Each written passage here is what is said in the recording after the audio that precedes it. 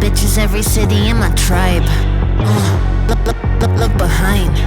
Booty dominate the world, peaches ripe.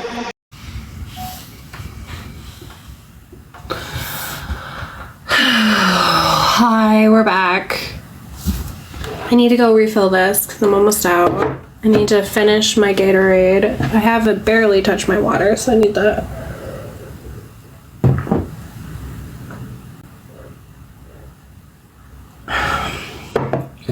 I did finish my mushroom tea and I did finish my bone broth. My bone broth needs more water. If when you get to the bottom, it gets real thick.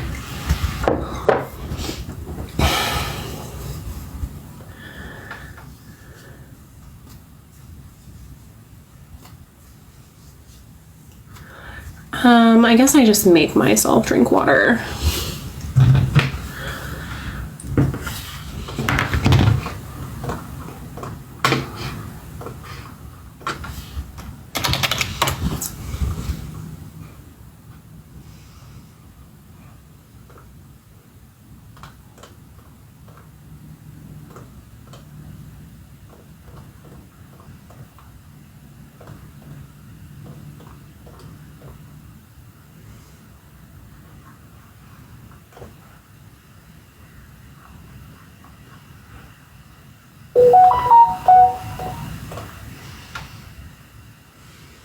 I swear that was Jesse Lee Peterson. Like, I am fully convinced.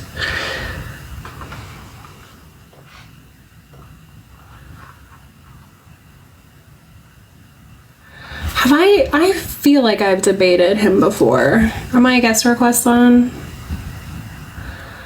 Oopsies.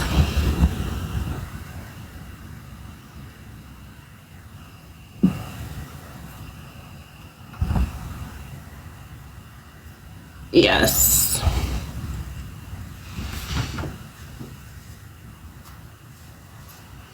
Oh, thank you. I just need it out of my face. I think this is the e.l.f. lip oil. I've been using this a lot just to stay hydrated. And then I think I did put like I did put this Kylie lip in Snow Baby. That's a weird name. On top, even though I said I wasn't going to. You guys are so funny. Okay, let's double tap the screen, get back up to 20K. I mean, I'm glad we were having some debates today, even though I feel it's like mostly people who agree asking questions.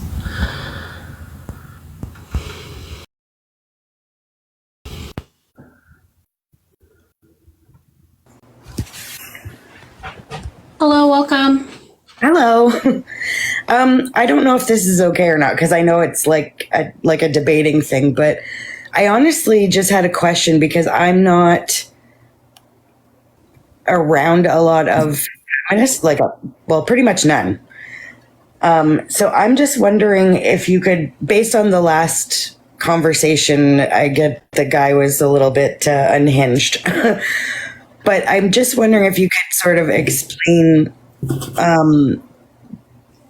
and don't come for me in the comments, I'm honestly asking, the toxic masculinity, like what you were saying. It was hard to listen with him talking all over the place. Do you know what I mean?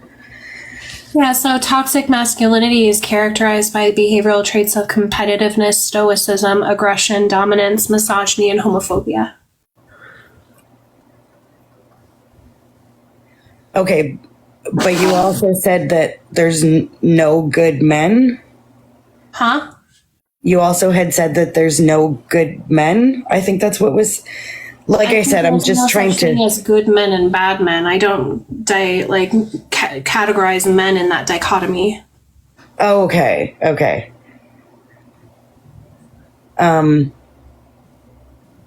So do you think that there's such a thing as toxic feminism? Well, toxic femininity would be the opposite of toxic masculinity, and I would say that would be internalized misogyny. Sorry, I misspoke there. Toxic femininity, not feminism. Toxic feminism, I would say, would be things like TERFs or liberal feminism or SWERFs. I don't know what those are. A TERF is essentially a trans exclusionary radical feminist, so they are excluding trans women. SWERF is someone who excludes sex workers. And then a liberal feminist, I would say, would be someone who upholds white supremacy, which I think would be antithetical to the liberation of women of color. Okay. God. Like I said, I don't get exposed to a lot of this kind of stuff. Like, I'm just in a small town, and so I just literally wanted to just some clarification. That's all. I didn't request to like debate or anything. I just wanted to get some clarity. So thank you for that. You're welcome. Okay. Bye-bye. Bye.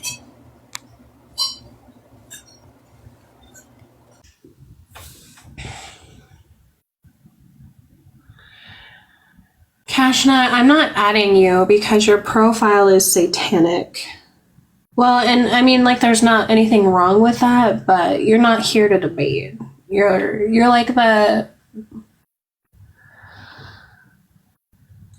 Oz, like the man behind the curtain who won't go away. Then ask the question in the chat.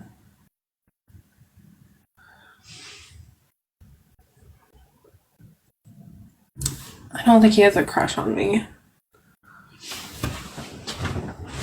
God, I went to the bathroom and my shirt is just absolutely filthy. So are my pants, and I haven't really like done much today. What about white feminism?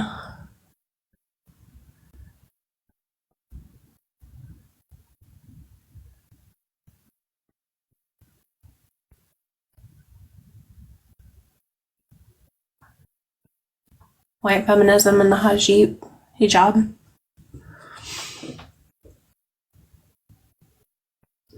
Yeah, of course being a TERF is bad.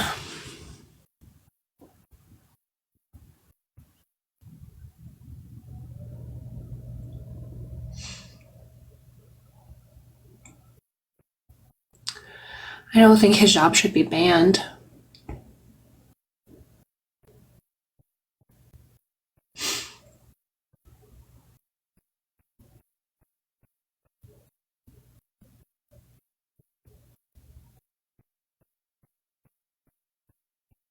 I don't know, like I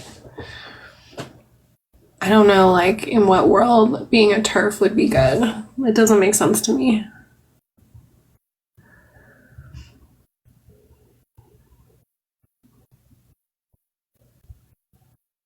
No, I don't think it is. I think hijabs go into like choice feminism, because since they are a part of culture, people think that women should have the choice to participate in that culture, just like women should have the option to participate as like a stay-at-home parent. I think when we analyze choice, we need to analyze that choice can still exist within an oppressive system. So even though women choose these things, it still leads to their oppression.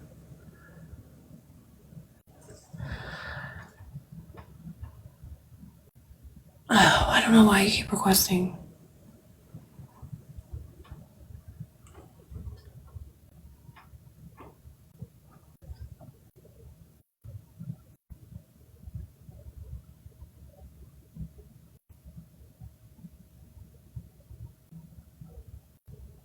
I think a lot of the context of a hijab is for modesty.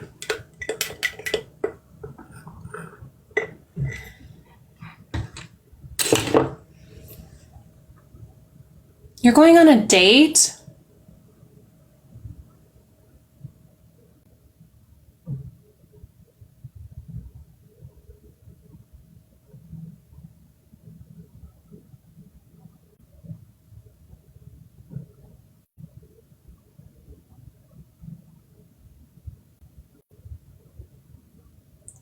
I can't, like, you're in my comments, Michaela, and you're going on a date? He can't be that interesting. Or she.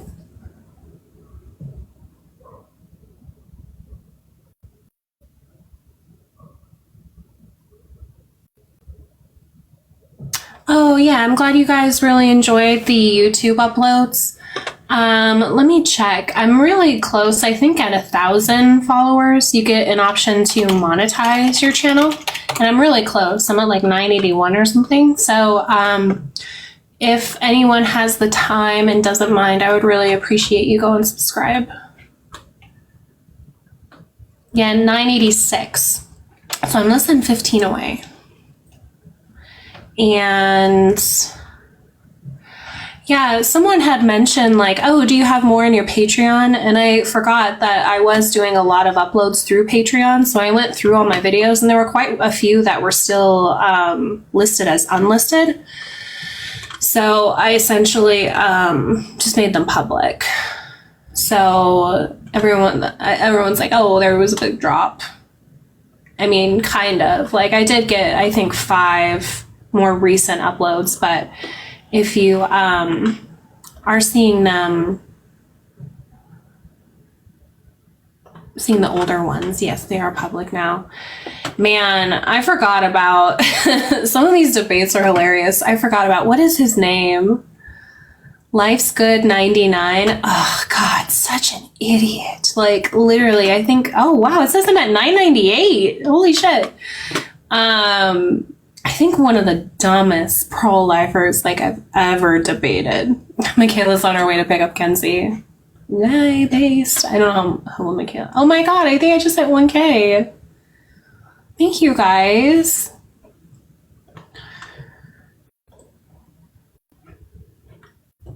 I forgot about debating the professor. Oh my God. You know, and it was literally, I think the thing that frustrated me the most is I cited one study where 95% of women after 5 years did not regret their abortion. And they would not, like, we didn't even get past that one argument I made. One argument. And it's funny because I started asking him for sources and he's like, Goopmacher. And I'm like, man, you don't really know about a lot about abortion debates if you're telling me like Goopmacher agrees with anti-abortion.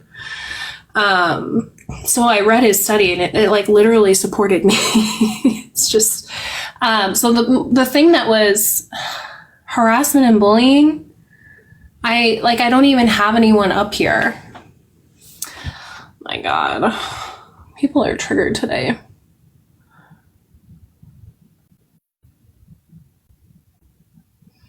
I just got flagged for harassment and bullying. I don't even know who I'm harassing or bullying.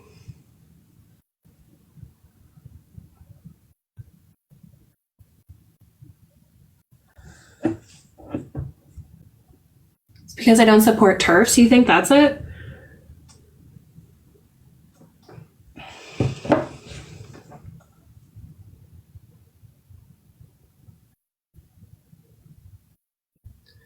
Professors in the chat. So I think the thing that made me most frustrated is that, so this debate is 40 minutes long. 40 minutes, we discussed this one thing. And then after that, Critically came up. After me, Critically came up and essentially was saying the same things that I would. And they're like, oh yeah, bro. Oh yeah, totally makes sense. Just fucking agreeing with him. And he didn't even have to bring up any kind of statistic or study. It was literally the most frustrating thing. Because I think if you watch, it's 3v1, that one. Critically is great.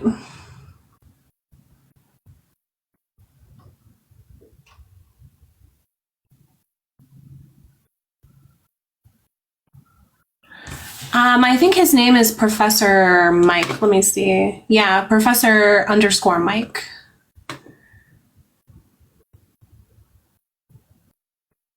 Yeah, I haven't seen or talked to Critically in a while.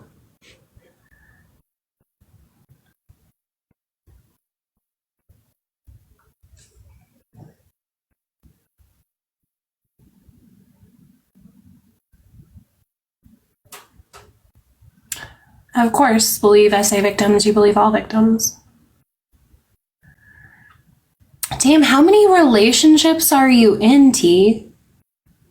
I swear, any woman who's like, I'm going on a date, T's like, you're cheating on me?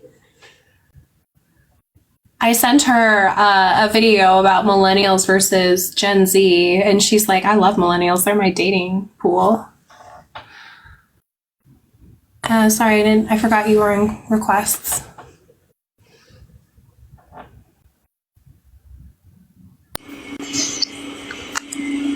Hello. Hello, welcome. Hello. How's it going? Good, how are you? I'm doing good.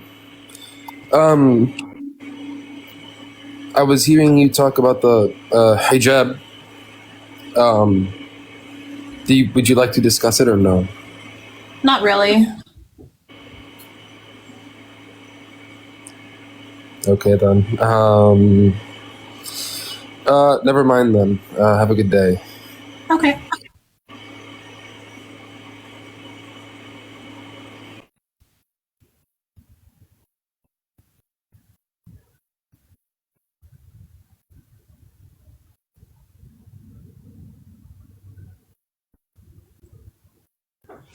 See, I think saying don't women lie is literally why we promote, like, why grape culture is so prevalent.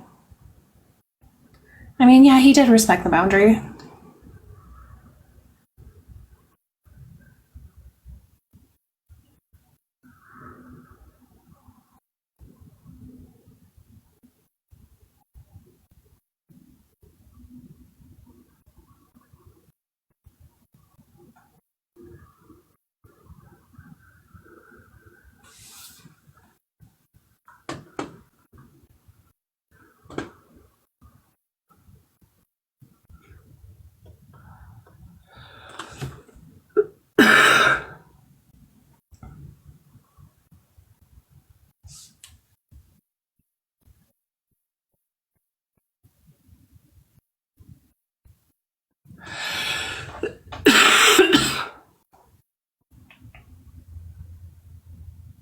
Did I make the bread? Damn. I didn't have time to make the bread. I am going to make it tonight.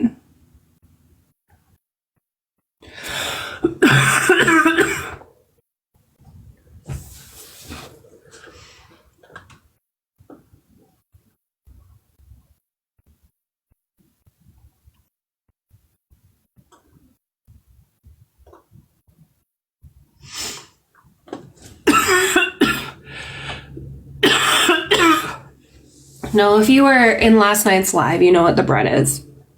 I found this, I like to watch a lot of food content, and I found this recipe that looked really good with like I consider it like a form of raisin bread.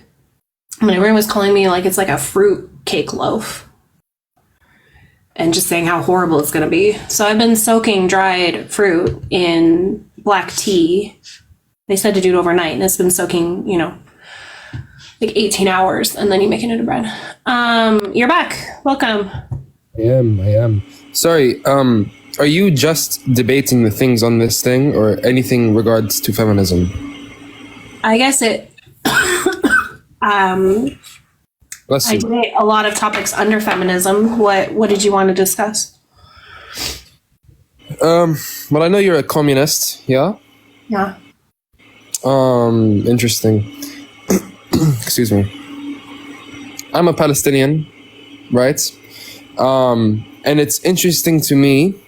Now, I'm not saying you do this. I don't know anything about you, but it's interesting to me personally how I see a feminists from America talk about Palestinianism and like the Palestinian movement, and they will cite like these instances of violence against women in Palestinian culture as like a handed way to diminish the cause. Do you know what I mean? I don't. I haven't talked about Palestine. Okay. For example, do you know what happened? Like, do you know what happened on October 7th? Yeah. Okay. Now, Israel will claim that there were there was much violence against women.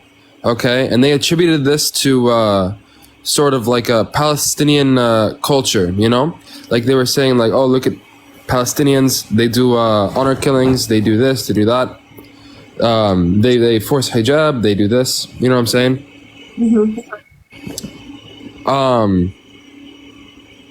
And that sort of plays into the narrative about these like Arabs that love to live in sewage and whatever. Like they don't you know what I'm saying? Do you think that like this is like an instance of like Western feminism sort of being used to undermine the cause of oppressed people? Are you talking about like liberal feminism? I guess I'm just not seeing the connection. I do have a friend on this app. His name is Will. He is a gay man, and he consistently debates that the United States should end funding for the IDF and is in support of ceasefire and essentially pro-Palestinian. And a lot of people essentially say like, well, how can you stand up for Palestinians even though they're anti-gay? And it essentially is like, I'm still for people's liberation and them not experiencing a genocide regardless. So that would be the similar position that I take. Interesting. And that's also in regards to feminism as well, yes? Right. The position that I would take would be similar regarding feminism, yes. I still think that Palestinians should be free and should not experience genocide, regardless if there are cultural practices that oppress women. Which are your words, not mine. Yeah, for sure. Well, I mean, you know, lots of Arab countries have bad practices when it comes to women and whatnot. So I guess why is it, do you think? I mean, this is just my bias, you know, what I've seen. Why is it, do you think that, I don't know if it's white women. Actually, it's not white women. It's mostly like it's just feminists who are from the West. Why do you think they're often co-opted and used against oppressed people around the world? Well, I think because of their proximity to power, essentially, like if we look at a lot of westernized countries, I would say like American women especially, or if you look at Europe, we're a part of the imperial core. And because of our proximity to power and privilege, that's often utilized to continue to suppress the marginalized.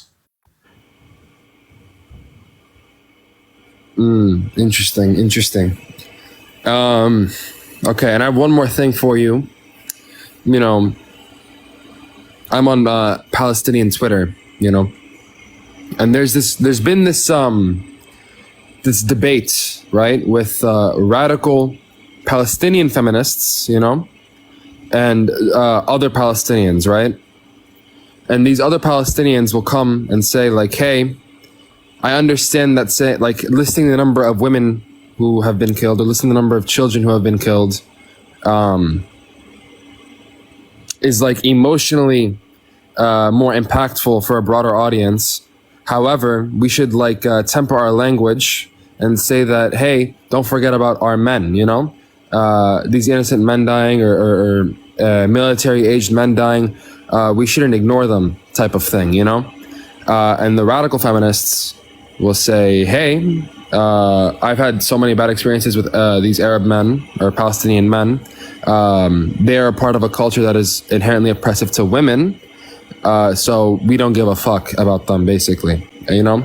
What would your opinion be on that? I don't think it's my place to give my opinion. You have zero thoughts? I have thoughts, but again, I don't think it's my place on how women of color address their oppression and their own experience within their own system as a privileged white woman. Interesting. Support. I would essentially just offer my support to those women. That's very sweet of you. Can you explain to me what an intersectional feminist is? Yeah, intersectional feminism essentially looks at how each woman's experience differs under the systems of oppression based on aspects of their identity. So that's related to race, ability, age, ethnicity, so on and so forth. And Can you say the first part again? I'm sorry? Can you say the first part again? Sorry. So intersectional feminism is essentially a critique of how women's experience differ under the oppressive systems based on aspects of their identity, whether that is their race, their ability, their age, their ethnicity, their nationality, so on and so forth. Because obviously, me as a cis white woman, my experience of oppression based on my gender is going to be very different than that of a Black queer woman. Okay, sorry. Maybe I think I'm out of my depth for this then. I don't really understand that, you know? Because wouldn't like a Black queer woman just be facing homophobia, racism, and sexism? Not necessarily like a different form of sexism? Experiencing that all at once.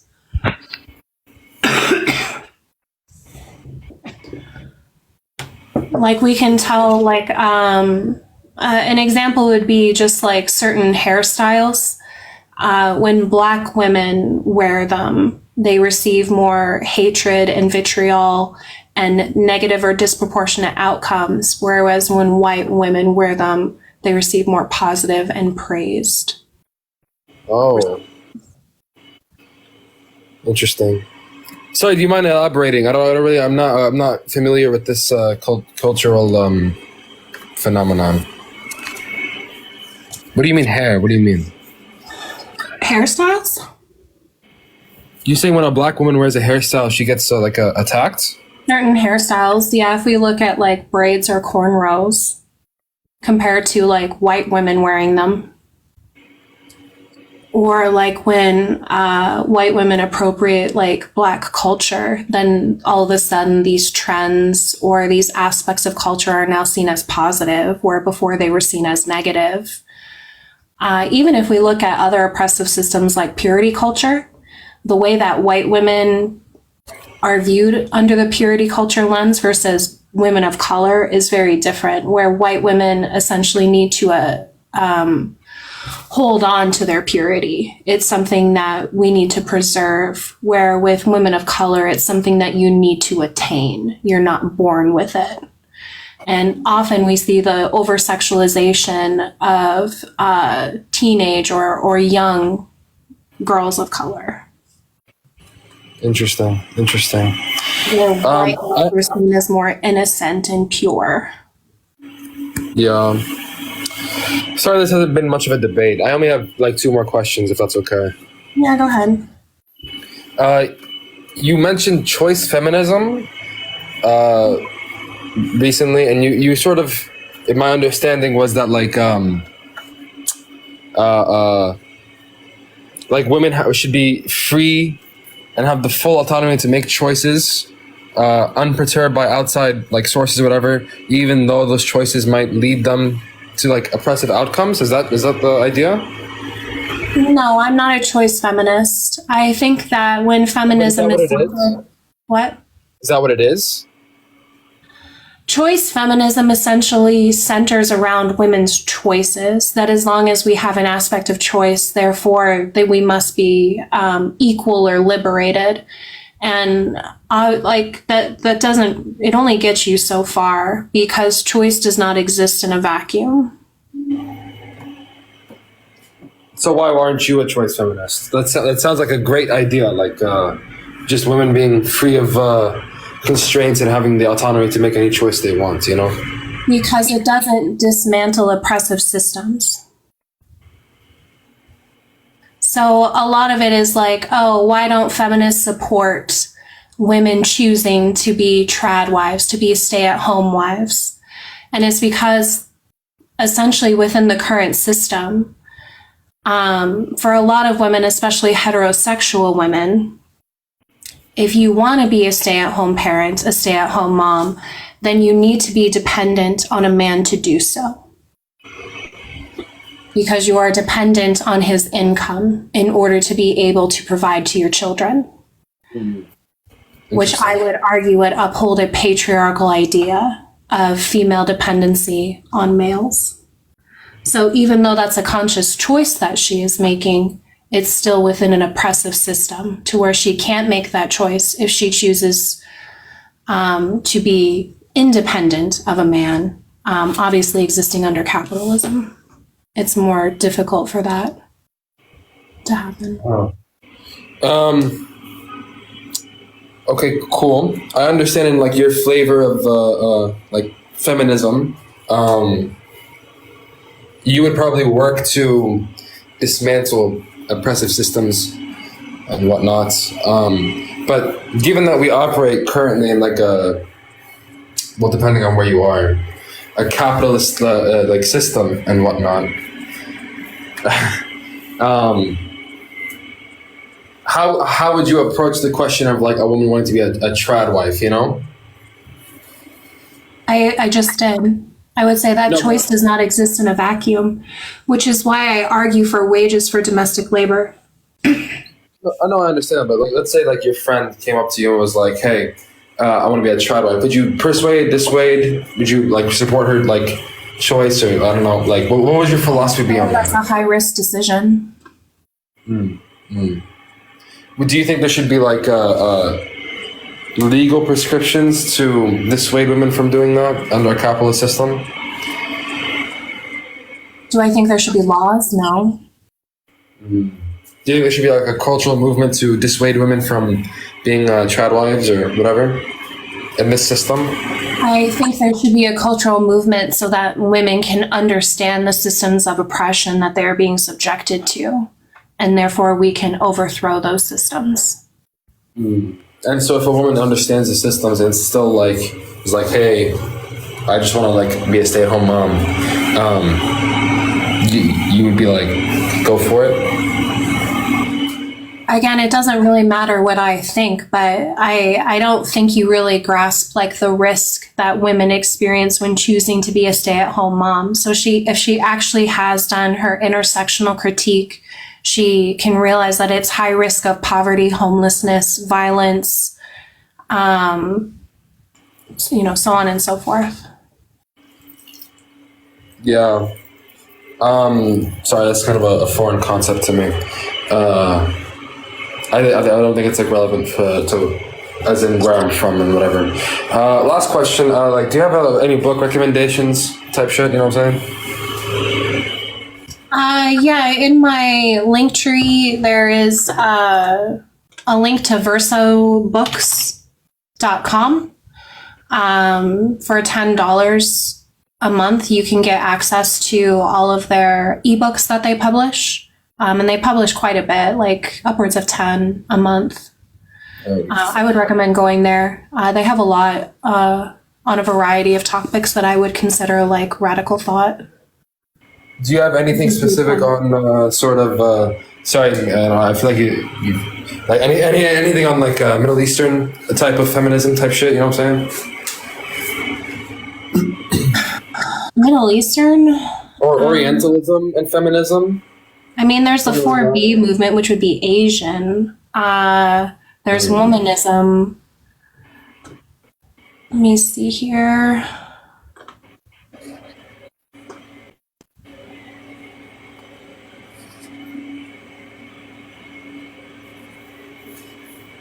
Your chat doesn't know what Orientalism is.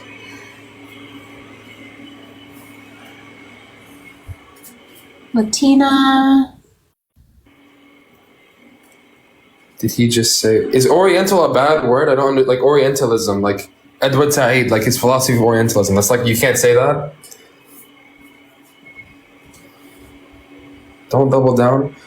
All these people are not Middle Eastern. I'm the only bro. Is Orientalism a bad term?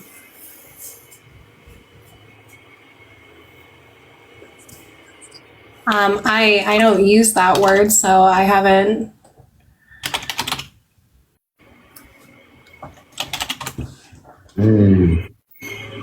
Kind of a slur to my understanding.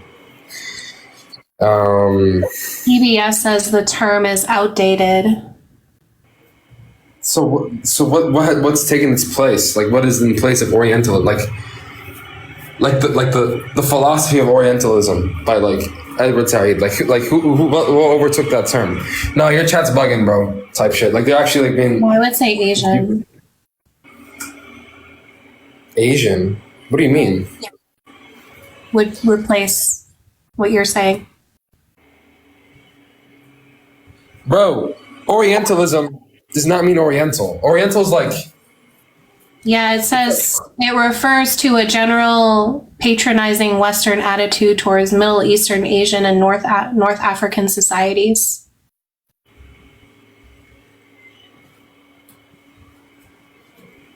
Orientalism means that? Yeah, it says since the publication of, because that's a book, it said in 1978, much academic discourse has begun to use the term to refer to a general patronizing Western attitude towards Middle Eastern, Asian, and North African societies. So that's what it means. That's what I'm saying. I'm pretty sure in the book he writes about this sort of idea of orientalizing Middle Eastern women and the kind of the shift, you know what I'm saying? From the shift from like considering them being like super seductive and like belly dancer type shit, you know what I'm saying? To I would just say Eastern cultures. Huh? I would just say Eastern cultures. I mean, if you want to research that, I would. It says it's outdated. Oriental or Oriental? I cannot believe this. I'm sorry. Type shit. You know what I'm saying? Type shit. Do you have anything else?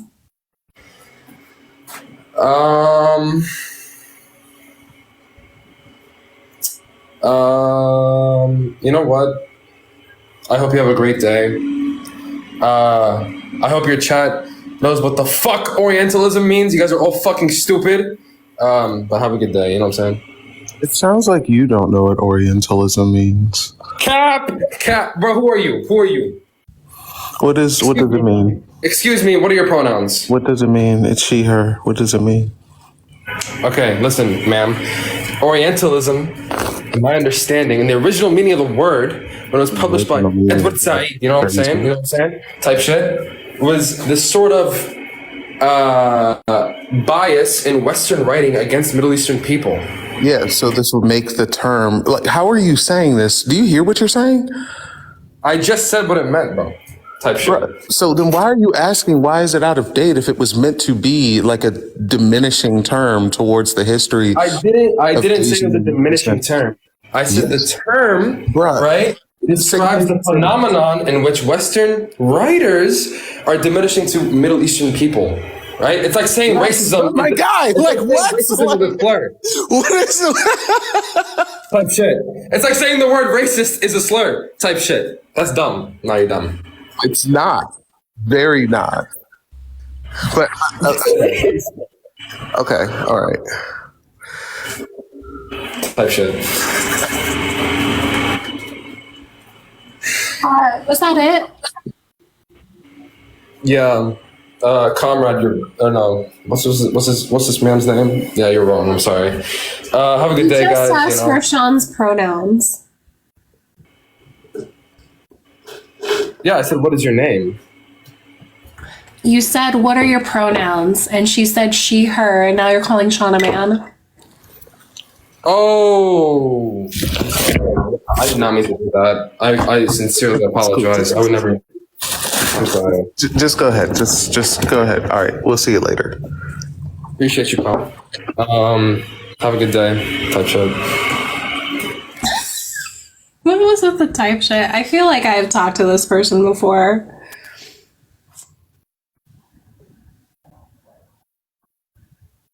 Hello. Welcome. Can you hear me? Yep. Okay. I'm going to ask to debate the believe SA victims. Are you saying that if someone said they were SA, we should just believe them? Yeah. But don't we live in a society where the innocent is innocent till proven guilty in a court of law? You can believe someone's testimony and still do due diligence within the investigation. Like, But that's you- why you believe victims, is so that police actually take these But testimonies. is someone not guilty till they're actually proven guilty in a court of law? Yeah.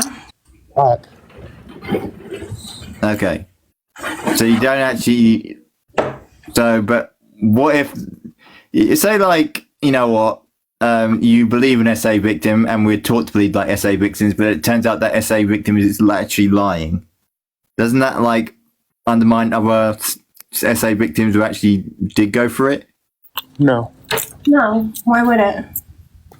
Well, simply because it proves that, you know, people, well, a minority of people who claim SA, they lie about it. Minority of people, but those that like minority of people hurt the real victims. And to say, like, you know what, we should. I would say that people not believing victims hurt victims more. Yeah, I was about to ask the question, like, which hurts victims more? Like, people who went through SA more? People not believing people who went through SA, or people believing people who went through SA and also believing people who didn't go through SA? That's a tough one because SA is one of the most difficult crimes to convict. Because there's a lot of times the he said, she said situation. Right, I think the system is like specifically designed that way. But then again, how you said it's specifically designed that way is like, how do you prove who's guilty and who's not guilty in a way? Unless it's like, you know what? I don't think we can. I don't think the current system that we are in is actually designed to bring rapists to justice. But is there a system where we could, you know what, bring rapists to justice? I don't think essentially living in a reactive system is justice. That's just like essentially the patriarchy's like illusion of justice. The way that we actually have justice is people aren't SA'd. All right, I respect that. Another thing I like to Do you concede on that then? No, I respect you. I completely respect your opinion, but my opinion is that, you know what, everyone's innocent till proven guilty, and you can accuse someone of, you know, SA'd, but there should be an investigation into that person and what Right. the result So what if we look at the status quo, like police officers often essentially classify certain allegations or testimonies from victims as unfounded. And because police officers are in a unique position to act as gatekeeper for justice in sexual assault cases, given the responsibility to like investigate SAs, it is because of police perceptions of the SA, which is why they are typically resulted as like unfounded, because police officers don't believe victims. is it maybe because police officers deal with this sort of thing day in and day out? They're more involved in it than we are. They, you know what, maybe you can tell if sometimes someone's lying or someone is not lying. No. You're saying someone that doesn't, deal with this sort of thing, like a detective that is, you know what, specially trained to deal with SA cases, you're saying that person doesn't know, you know what, SA victims more than your average Joe? Yeah, detectives aren't specially trained to do anything except arrest people. When it Well, comes there is to special units that deal with specifically you can have S crimes. right, you can have a special unit for literally anything, and it doesn't really mean anything.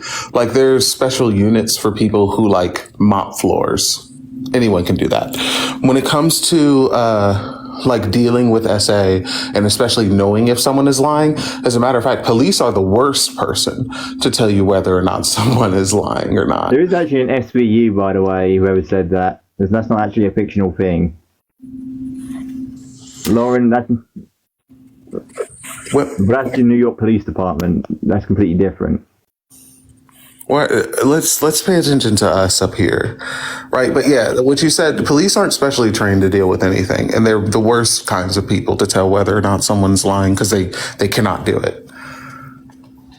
Yeah, so there was a study in June 2022, Unfounded SA, Women's Experience of Not Being Believed by the Police. There were 4 data points that were being analyzed, which were vulnerability, drug and alcohol use, police insensitivity. And no, I did not watch it.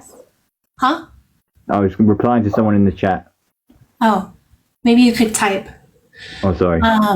The women in the study who experienced SA and reported the assault to the police were hopeful that police would help them and justice would be served. Instead, these women were faced with insensitivity, blaming questions, lack of investigation, lack of follow-up from the police, all of which contributed to not being believed by the institutions designed to protect them. These findings from these research demonstrate that police officers must gain a deeper understanding of trauma and sensitive communication with survivors of SA. I would also argue that because police are largely a male institution, that they are just essentially, they view these acts to be justified towards women or actually not to be SA. I would also due to aspects of like male entitlement. I would argue like the police, there's more female police officers than any other time in history now. I would say at least over a third of police officers in the UK probably nearly 50% of like police officers. That's still overwhelmingly a male-dominated system. In what perspective is it a male-dominated system? I'm sorry? In what perspective is it a male-dominated system, if you don't mind me asking? Where the overwhelming majority are males. But there is still a lot of female. There's still an increasing amount of female officers, and but isn't it true? Like in the majority of cases, like a lot of the officers that actually deal with SA crimes are women in the first place, because women who are SA find it easier talking to a woman than they do a male. So it's normally like a female that has to deal with an SA victim, simply because another woman is more comfortable talking to them.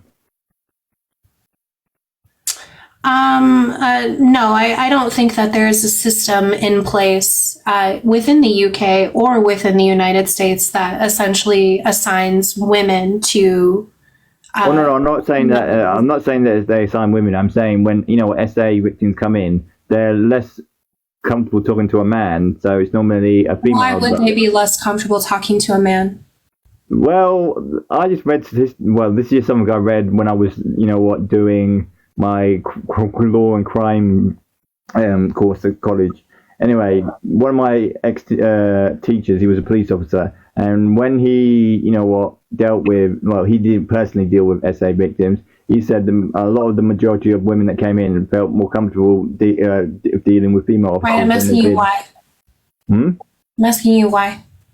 I don't know. Maybe because they found it easier talking to another woman, because they were victimized by a male. I also think it also has to do with men's attitudes. Have a less trust in a male officer than they do a female. Sure, and I think because it has to do also with men's attitudes towards SA. That I agree with. But yes. I think a lot of men really want the idea that women are liars to be perpetuated, because then if women aren't believed with an SA, then there's no actual system of justice to bring any SAer to be arrested, let alone to be convicted. That is actually true. I agree with that. Great. So this is why we should believe victims. First off, I think it acknowledges the traumatic experience that they've undergone, which also has to go with aspects and steps of their healing process. So I don't think there's any disadvantage to telling victims, I believe you. It helps with their healing. I would actually causing them to relive the traumatic experience and then saying you don't believe them would re-traumatize them even further. I would say that it would also encourage other victims to come forward to where they enter an environment where there is open-mindedness, consideration, and that there is likelihood that they will be believed. Because I think a lot of women don't come forward because men try and pick apart their statements. And then lastly, I think we should foster a society to where women are, like anyone is believed when they say that they are the victim of SA. But statistically, men are less likely to come forward when they've been SA'd. I can't find the statistics on that. Can you give me a study on that? I cannot give you the study on that. That is what I was read ages ago. That men are least. It's a true. Don't remember the flipping where I read that. But men are less likely to report being SA'd than women are. Well, I've tried to find,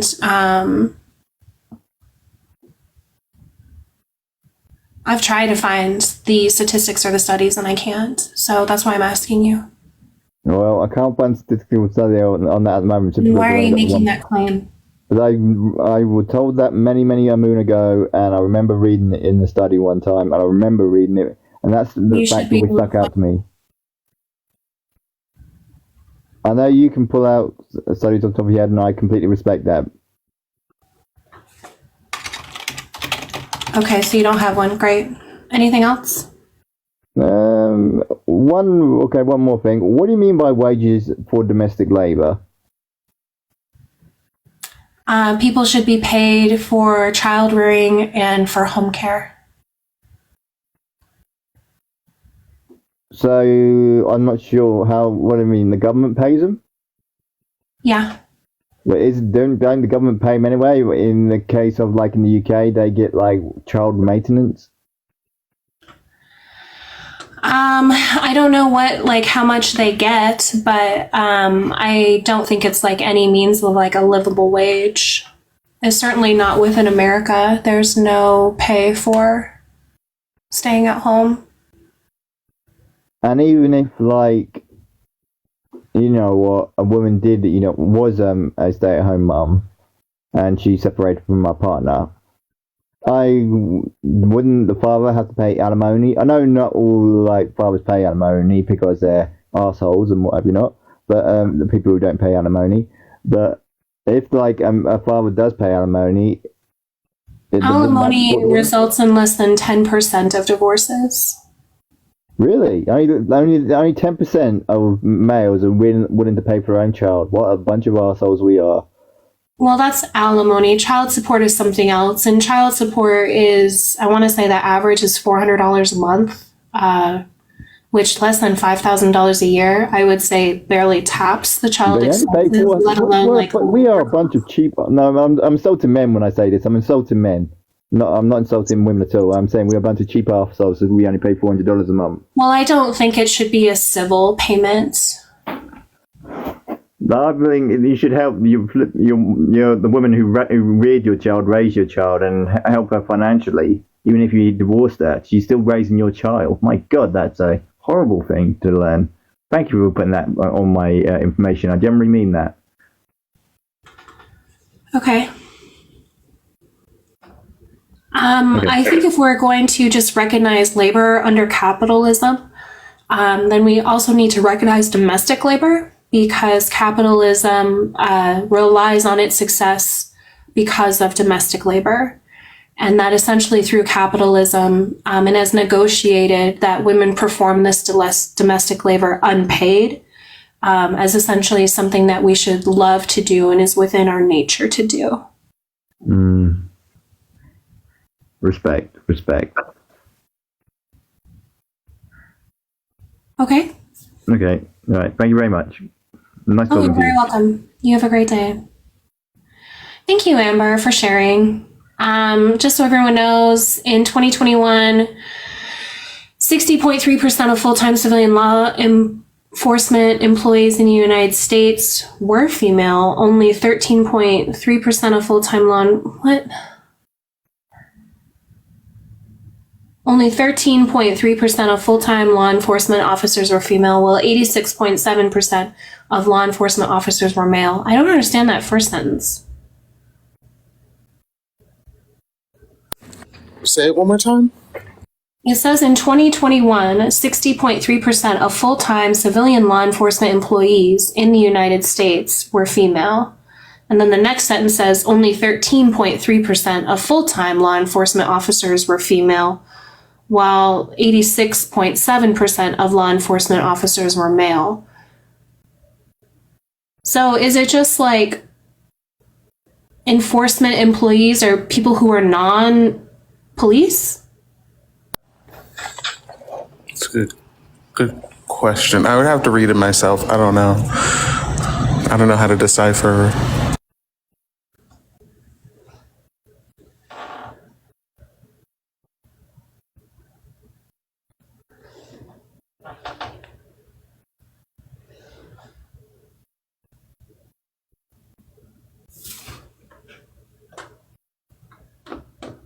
Hello, welcome.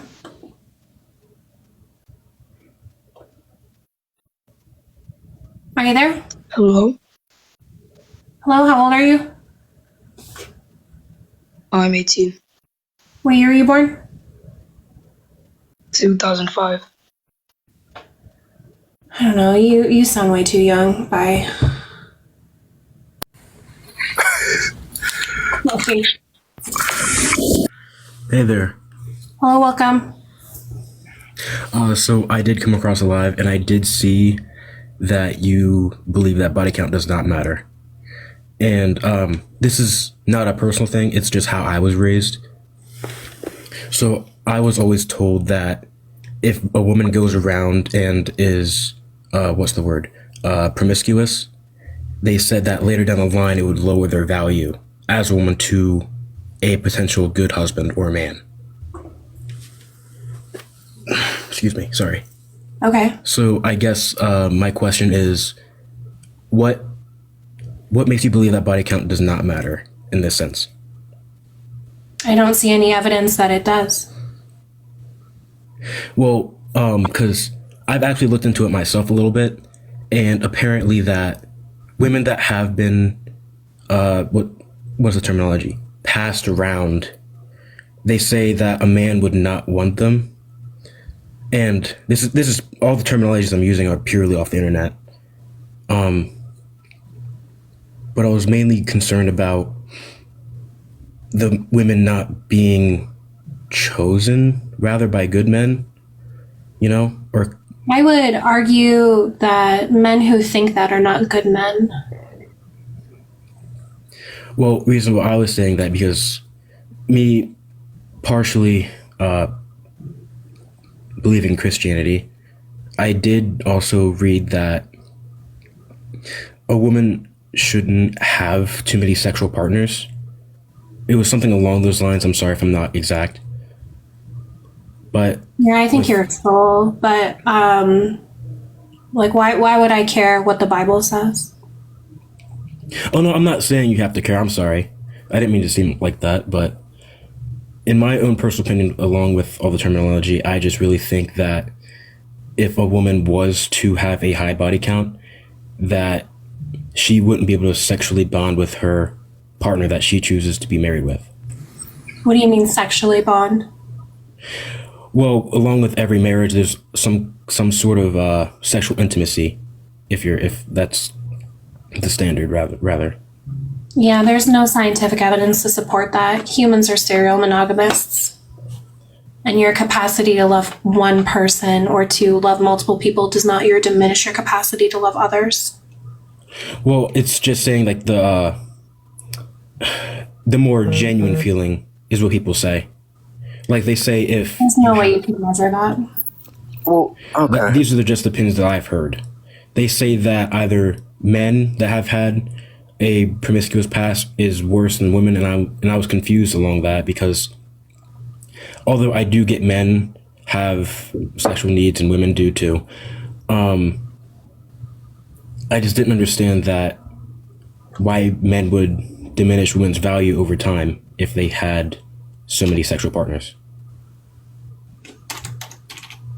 What? You're saying, why do men care about this? I was asking, why do you think men care about that? Because men have reduced women down to their body. Yeah, I have noticed that a lot, and I also wonder about that, because if the woman's body is quote unquote tarnished in a sense, that no man would want her. It's not tarnished, it's that men dehumanize women. And I do get they dehumanize them in a way because they've been promiscuous and all that. And I do think that women do deserve equal amounts of opportunities in anybody. But I do also think that if a woman was to get married, per se, and still have a sexual drive for other people, what would you have to say? That's not how sexual drives work. How old are you? I just turned 18 last month. Yeah.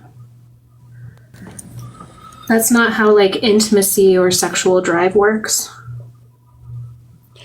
Well, what I'm saying is that if a woman had a sexual past, she would have that same trait over time, more than likely. I disagree.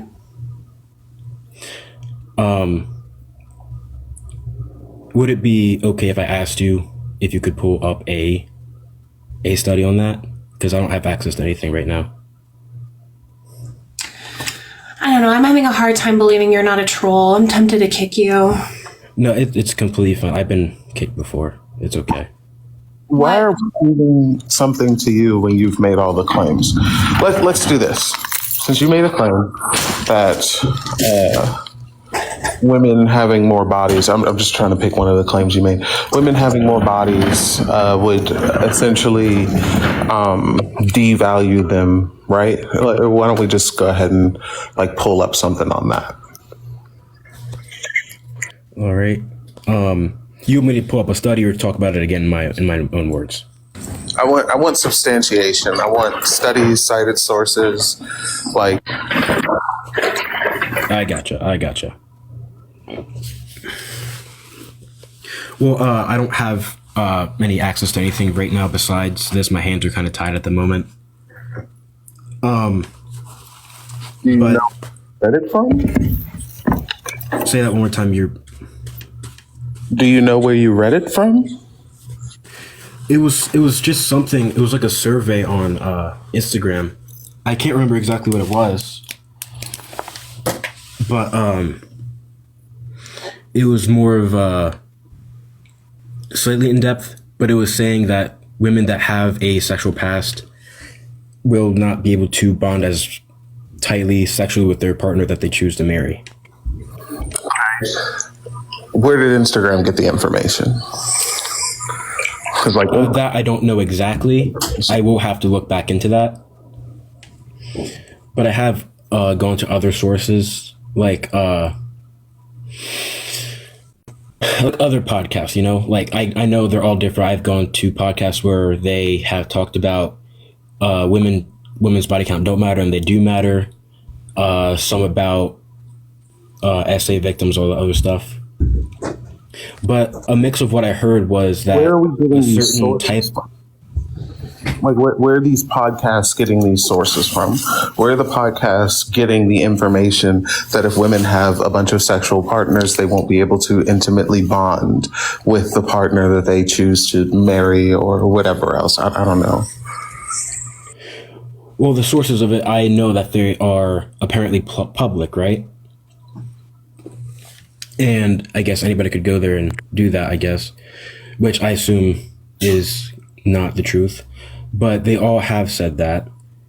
And some of them said that a certain type of man that has certain morals and certain values will not choose a woman that has been with many people at one time or within a certain time period. Well, men in general are pieces of trash. Like the morality a of whole, yes. yeah, like men are trash. When it comes to morality, like no one cares. Why should we care about your morality? Especially when your morality is like rooted in something like masculinity and toxic masculinity. So like what a podcast says doesn't mean shit. Where did they get the information from to say that? Yeah, I never said it was truth or anything. Like I'm open-minded to all of them. I went to ones that, again, as I've said, have talked about women's bodies do matter, they don't matter. People saying that SA is very important or not important, stuff like that. Like I go to all sides of it. Why aren't we looking the things that people say up? Well, I mean, I don't have really access to my phone. I'm on my earbuds right now. When you heard that women will not be able to intimately bond with their partners if they've had a lot of sexual partners, why didn't you look up any studies on that? Well, reason why is because at the time I wasn't as invested into it as I am now. I just started getting invested into it like the second I turned 18 because it spiked my interest around my birthday last month when my grandfather had brought that up to me. And I got really curious, and it was apparent to him that body counts do matter. But to me, I never found it as a really, really big issue. Even now, I don't think it's a big issue. I just don't think that men should dehumanize women for that as the way they do. But I do feel like that women have every right to do so with whatever they want with their bodies. It's their choice. But I also feel like that men have the right to have a preference of a woman that has a less promiscuous past and less sexual past, so that way they are more like secure to the fact that the woman will not cheat on them because they don't have a sexual past. Well, yeah, men have the right to be pieces of shit and make up any science that they want, but it doesn't mean that they're correct, right? Like just because men say like, oh, I have the right to choose a woman who doesn't have a lot of partners because then she won't cheat on me, doesn't make them correct. Because again, we haven't looked any of this up, right? So what we're just agreeing on is that men are pieces of shit. Well, overall, yes, they are. And I do agree. All right. And so men have the right to be pieces of shit. Like men have the right to be ass. Like no one's saying that men don't have the right to be ass. Well, that's humans overall because we all have our own choices. Right, absolutely. But like, again, if we told men that you don't have the right to be ass and you don't have the right to be a piece of shit, then we'd lock every man up. Every man would be in prison right now and the world will be a better place, but we don't do that.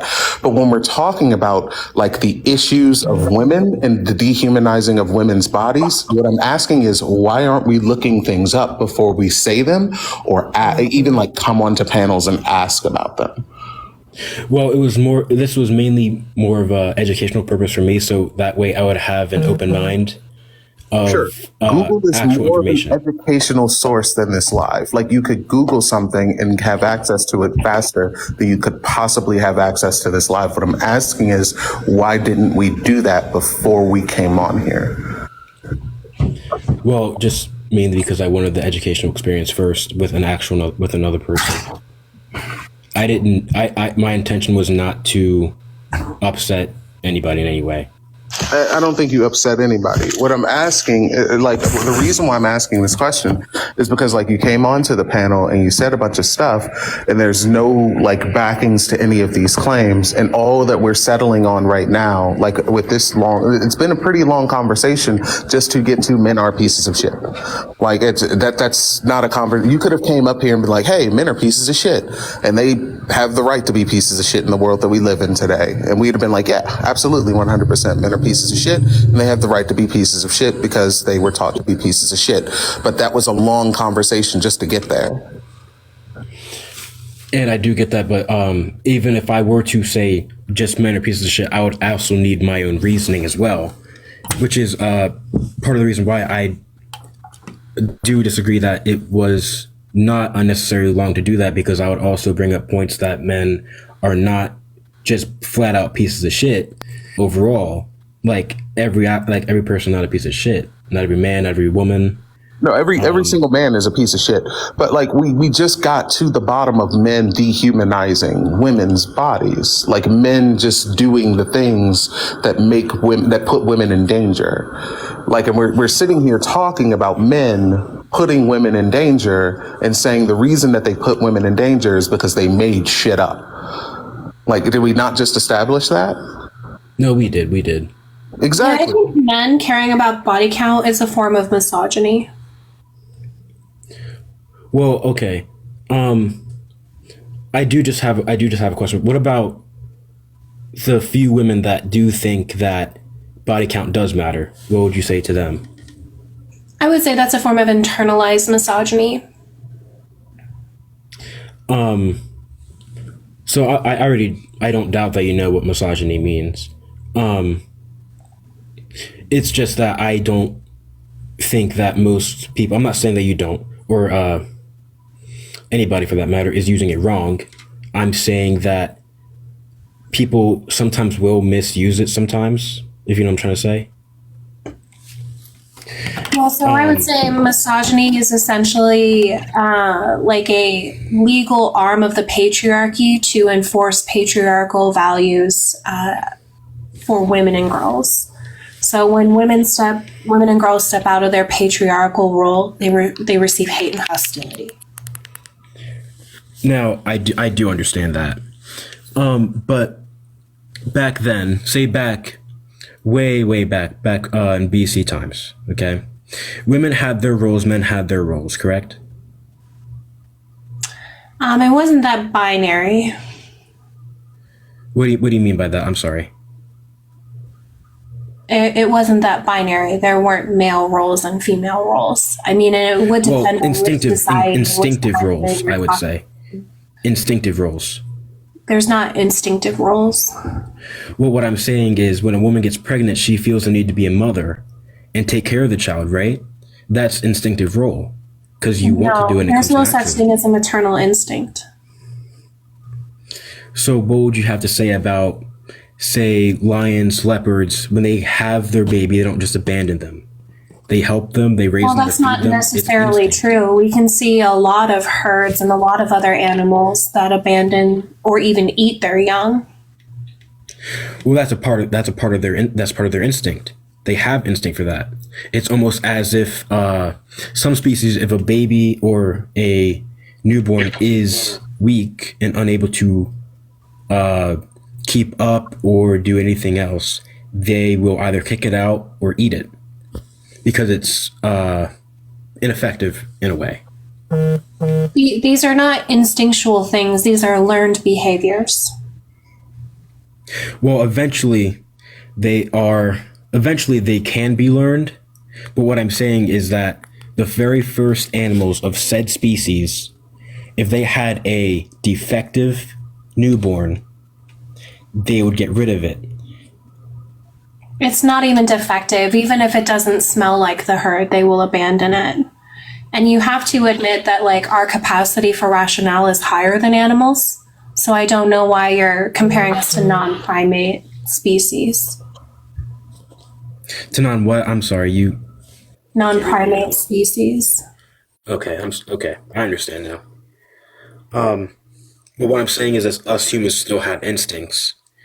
And us men have our roles to protect and provide, provision, whatever else. It's not an instinct, it's a learned behavior. Are you familiar with safe haven laws? I've heard the term. Do you know what they are? No, I don't. I'm sorry. It's where you can leave your baby at a fire station, a hospital, a safe drop zone, no questions asked.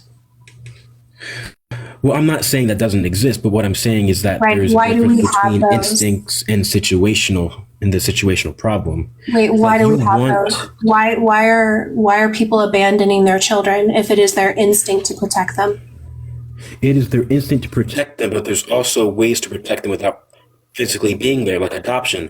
Like, say if you were pregnant and you were in a house full of crackheads, all right, you want to protect them from that. You don't want them to be around that, because I've heard of some cases of people selling their babies for crack or anything else. So if that person were to get rid of said baby and give it to the public, like a fire station or adoption center, they would be protecting that baby indirectly. Right, but you don't know the context on why people are leaving the child. How many times have we seen like teenagers like put their baby in the trash or in a dumpster or bury all them? Of them have do you mainly think said Casey Anthony has a maternal instinct? every person does, but what I'm saying is that No, that can be they affected don't. by situations, because all the girls that had put their babies in trash cans or abandoned them were scared of something. Their situation scared them so much that it overcame said instinct and made them get rid of it in some way. No, that's... What is an instinct? An instinct is obviously something that comes naturally to you when a situation arises. It's almost like a cat's instinct, to where if it hears something and it's unaware and it's on edge, it will pounce in some way away from said sound to get away from it. That's an instinct. It's a muscle instinct because it happens so fast in a split second. We're not asking for an example of instinct. We're asking you for the definition. Like, what is instinct? How do we, like, explain to someone else what instinct is?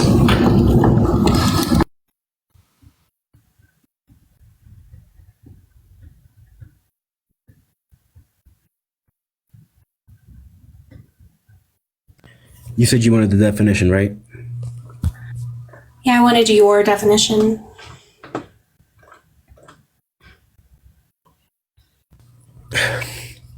To me, it's a form of a stimulant in your body.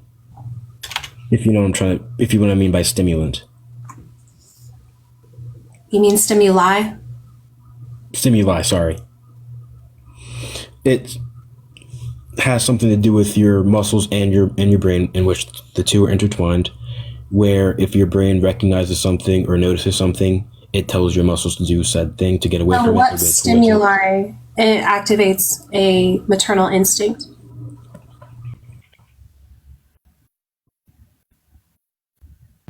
I don't know exactly, but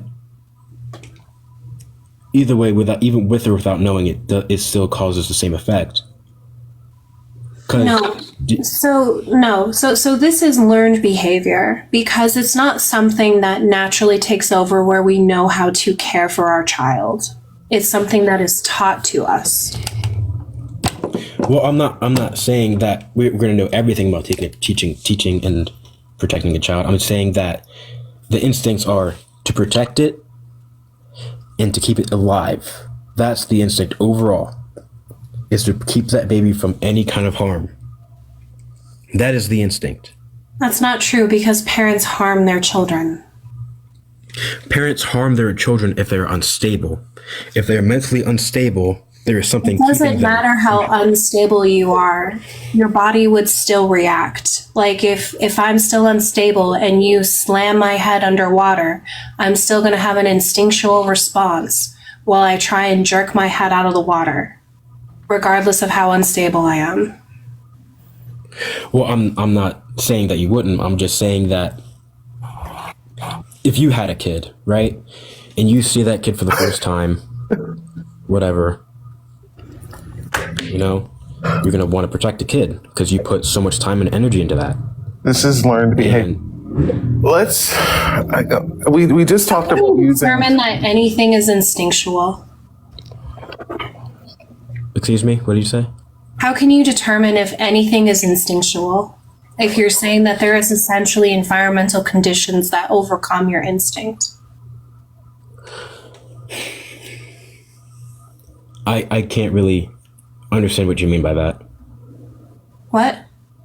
Can you say that one more time? I didn't. How can you determine what is instinctual and what is not? Based off of what people have been taught as a whole throughout generations of humans in general, how the mind works and all that. What? Because it's not like if there was something that you wanted to protect that is an instinct, because you just jump into it. If something was in danger that you really cared for, it's an instinct that you go out and protect it. Right. You gave a whole bunch of presuppositions that you care for it. If it's an instinct, wouldn't it matter? Wouldn't it not matter if you cared for it or not? Even though it's an instinct, you can still have emotions attached to it.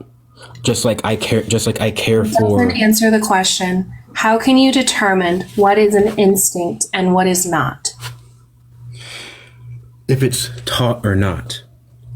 If you had the most secluded person and they had a child, they do nothing but protect their child.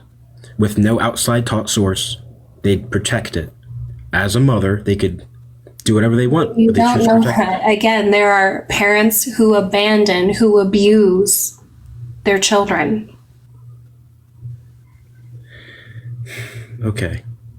I do know that. It's just saying that. What was the underlying importance of this premise? To see that. Hold on, I lost myself in this one. Hold on. I was so fixated on this conversation. Hold on. I believe I came up here to talk about That this is women's role is to be nurturers. yes. It's their natural you can use role because it's just said in the Bible. I'm not saying you have to care for it. It's just that I believe that is the truth right there, is the Bible, the moralities of said Bible. The Bible is a very immoral book. It's immoral and it's also moral. It has internal contradictions and it also has external contradictions. Yeah, why would I use that as a source of morality when there's contradictions? Well, within every morality every person has, there's always going to be contradictions. Just like the telling of Jesus' life, there's always contradictions. So you really aren't basing this off of science, you're basing this off of your Bible. I'm basing this off of my belief and outside sources besides the Bible. What outside sources besides the Bible? I could not tell you specifically. I'm just talking about Go ahead, Sean. the word of mouth. So, we're making a lot of claims here, and we just talked about like saying and using talking points that we really don't know about. Let's please stop doing that. Like when we're talking about issues, like if I were to talk about something, and just throw something up there, right? If I were to talk about how all cops are bastards, right?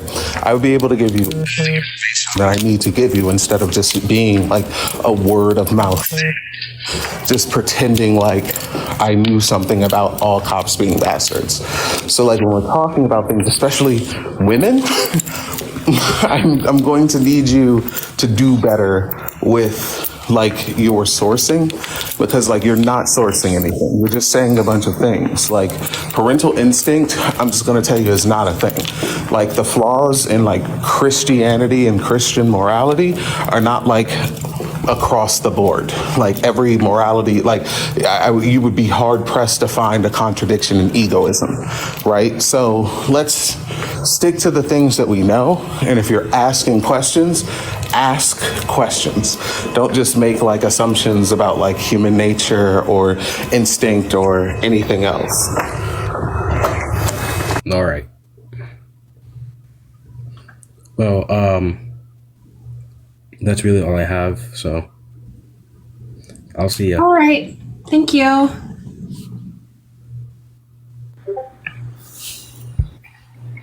Man, I even brought Jeff up for some Bible chat. Sad.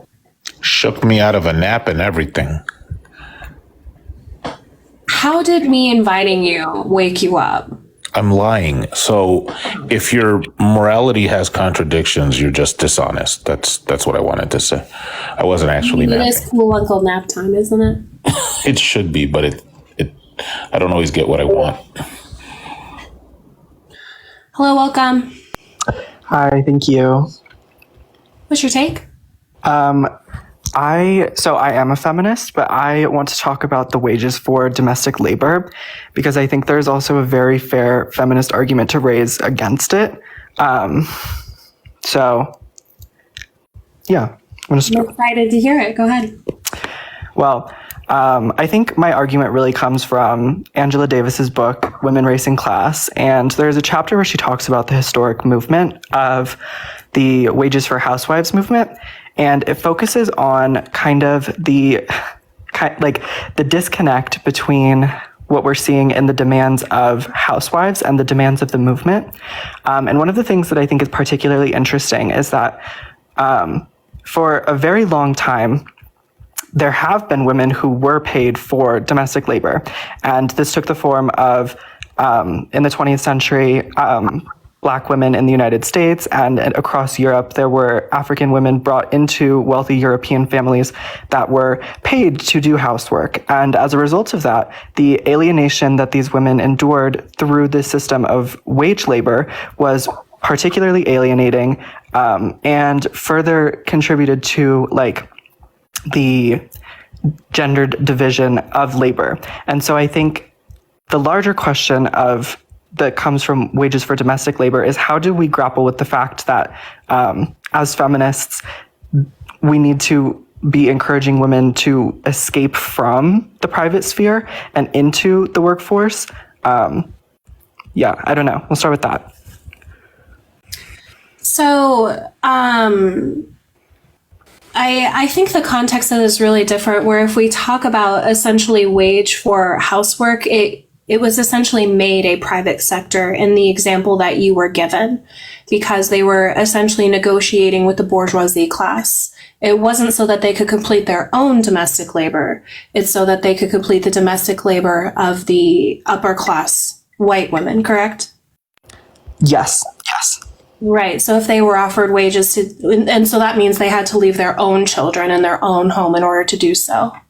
Right. And so I think one of the things that we saw very early on in some of the other socialist experiments was that by virtue of women entering into the workforce, it forced the systems to implement different forms of welfare that subsidized childcare, subsidized reproductive labor in order to move it outside of the house, because we saw that as women were entering into the workforce, that was kind of one of the driving forces, was as women enter into the workforce, the family structure begins to diminish. We see a decrease in the contradiction between the gender division of labor, and that required a subsequent investment in welfare in order to sustain the domestic labor. I think the larger question is, how are we going to, I think the incorporation of women into the workforce, the proletarianization of women, especially in the 20th century, has been a massive gain. I think it has brought about, I think it's been a massive success. And one of the things that I've seen fairly recently is that on the right, part of the neoliberal era has been, how do we reinvent welfare without a welfare state? And the two ways that they have thought of doing that is by implementing universal basic income. And more recently, they've kind of co-opted the wages for housewives movement in order to continue the gender division of labor, because they recognize that reproductive labor is necessary to sustain labor power, but at the same time, they want the gender division of labor sustained. Do you think that there's a way for us to avoid this labor? No, I think that reproductive labor absolutely is an incredibly important part, especially under capitalism. It reproduces the labor force itself. But I think the larger question is, how do we fight against the gender division of labor? And to me, it seems much more likely that the integration of women into the workforce, the moving childcare and reproductive labor outside of the private sphere and into the public sphere is a better strategy, because it directly fights against the gender division. So I'm sorry, I am a communist, but essentially I'm talking about how do women exist within the domestic atmosphere under capitalism when it comes to our unpaid labor? Yeah, no. I definitely understand. I understand what you're talking about. And I think as we live under capitalism, we definitely do need to support the democratic rights of of women, of all people. I think that it is an important aspect of building movements. But I think what we've seen is that under capitalism, it is fully possible for the full integration of women into the workforce, as long as we support the democratic rights of welfare in order to fulfill the role of reproductive labor. Because I think that heightens the contradiction, because one of the things that's very early on is that capitalism, in the way that it distances itself and obscures reproductive labor, is that reproductive labor in some sense is in contradiction to capitalism. The family structure itself comes into direct contradiction with capitalism, with the incorporation of women into the workforce. I'm sorry, where is the contradiction? Yeah. So Angela Davis, she talks about this specifically in the context of apartheid South Africa, and she raises the argument of how at the most heightened period of capitalist development in apartheid South Africa, the destruction of the family was incredibly intense, and it relied specifically on a system of reproductive labor that was completely obscured from vision. See if I can pull up one of the quotes that I'm thinking about, but we see that as capitalist development heightens and the contradictions advance, that the interests of reproductive labor and the interests of women come directly into contradiction with the demands of capitalist production. Right, because capitalism does not pay women for reproductive labor, correct? Yes. Right. So under this system, are you saying that it should continue to be unpaid? No, I'm saying that we should be fighting to move it outside of the private realm into a realm where it can be paid.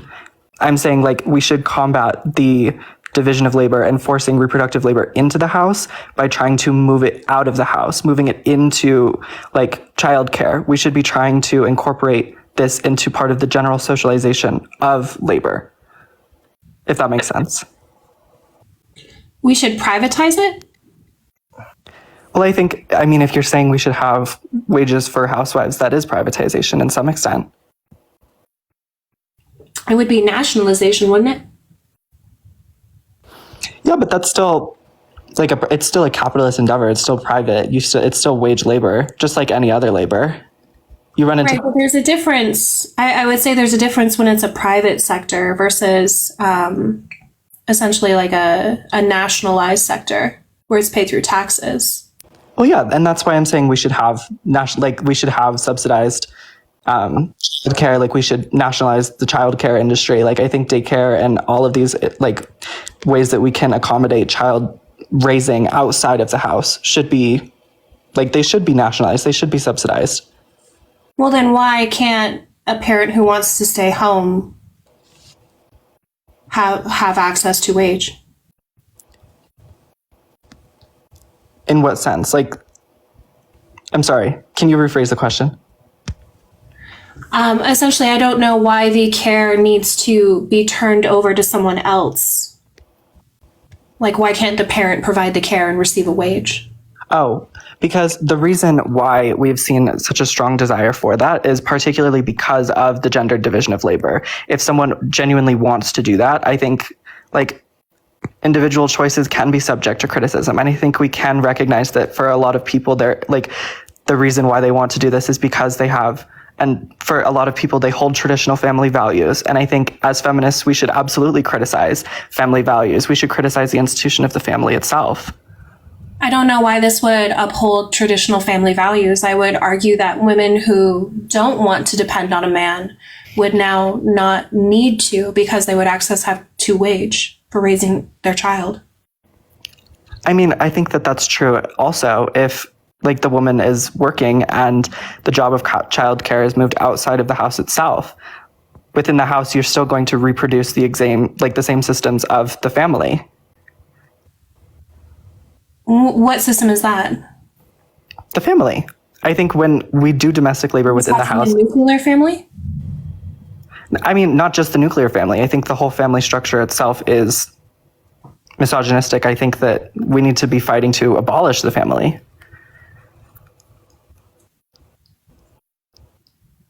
Can you expand on that a little bit more? Yeah, I think that the creation of the family unit was directly tied to the gendered division of labor, and the way that we understand how the family structure works is that typically men do the quote unquote productive labor and women do the reproductive labor. That was the foundation of the family. And so if we try and move back into systems that like reproduce the system of the family, I think we're going to inevitably reproduce the gender division of labor. Well, so that's a nuclear family. That's not the concept of a family, because you would like recognize that it's not gender divided if it's like a gay relationship or a multi-generational one. I think that it's entirely possible for gay families to reproduce gender divisions in their own way. Like, I think that there is something to be said about how in LGBT relationships, there is a gender division between the labor done between tops and bottoms. I think there is an argument to be made that bottoms do, in some extent, contribute to reproductive labor. And I think especially like marriage itself has heightened that kind of criticism of marriage. So I guess where I'm confused is then what would like relationships look like in this context? Yeah, well, I think we need to, as feminists, I think we should completely be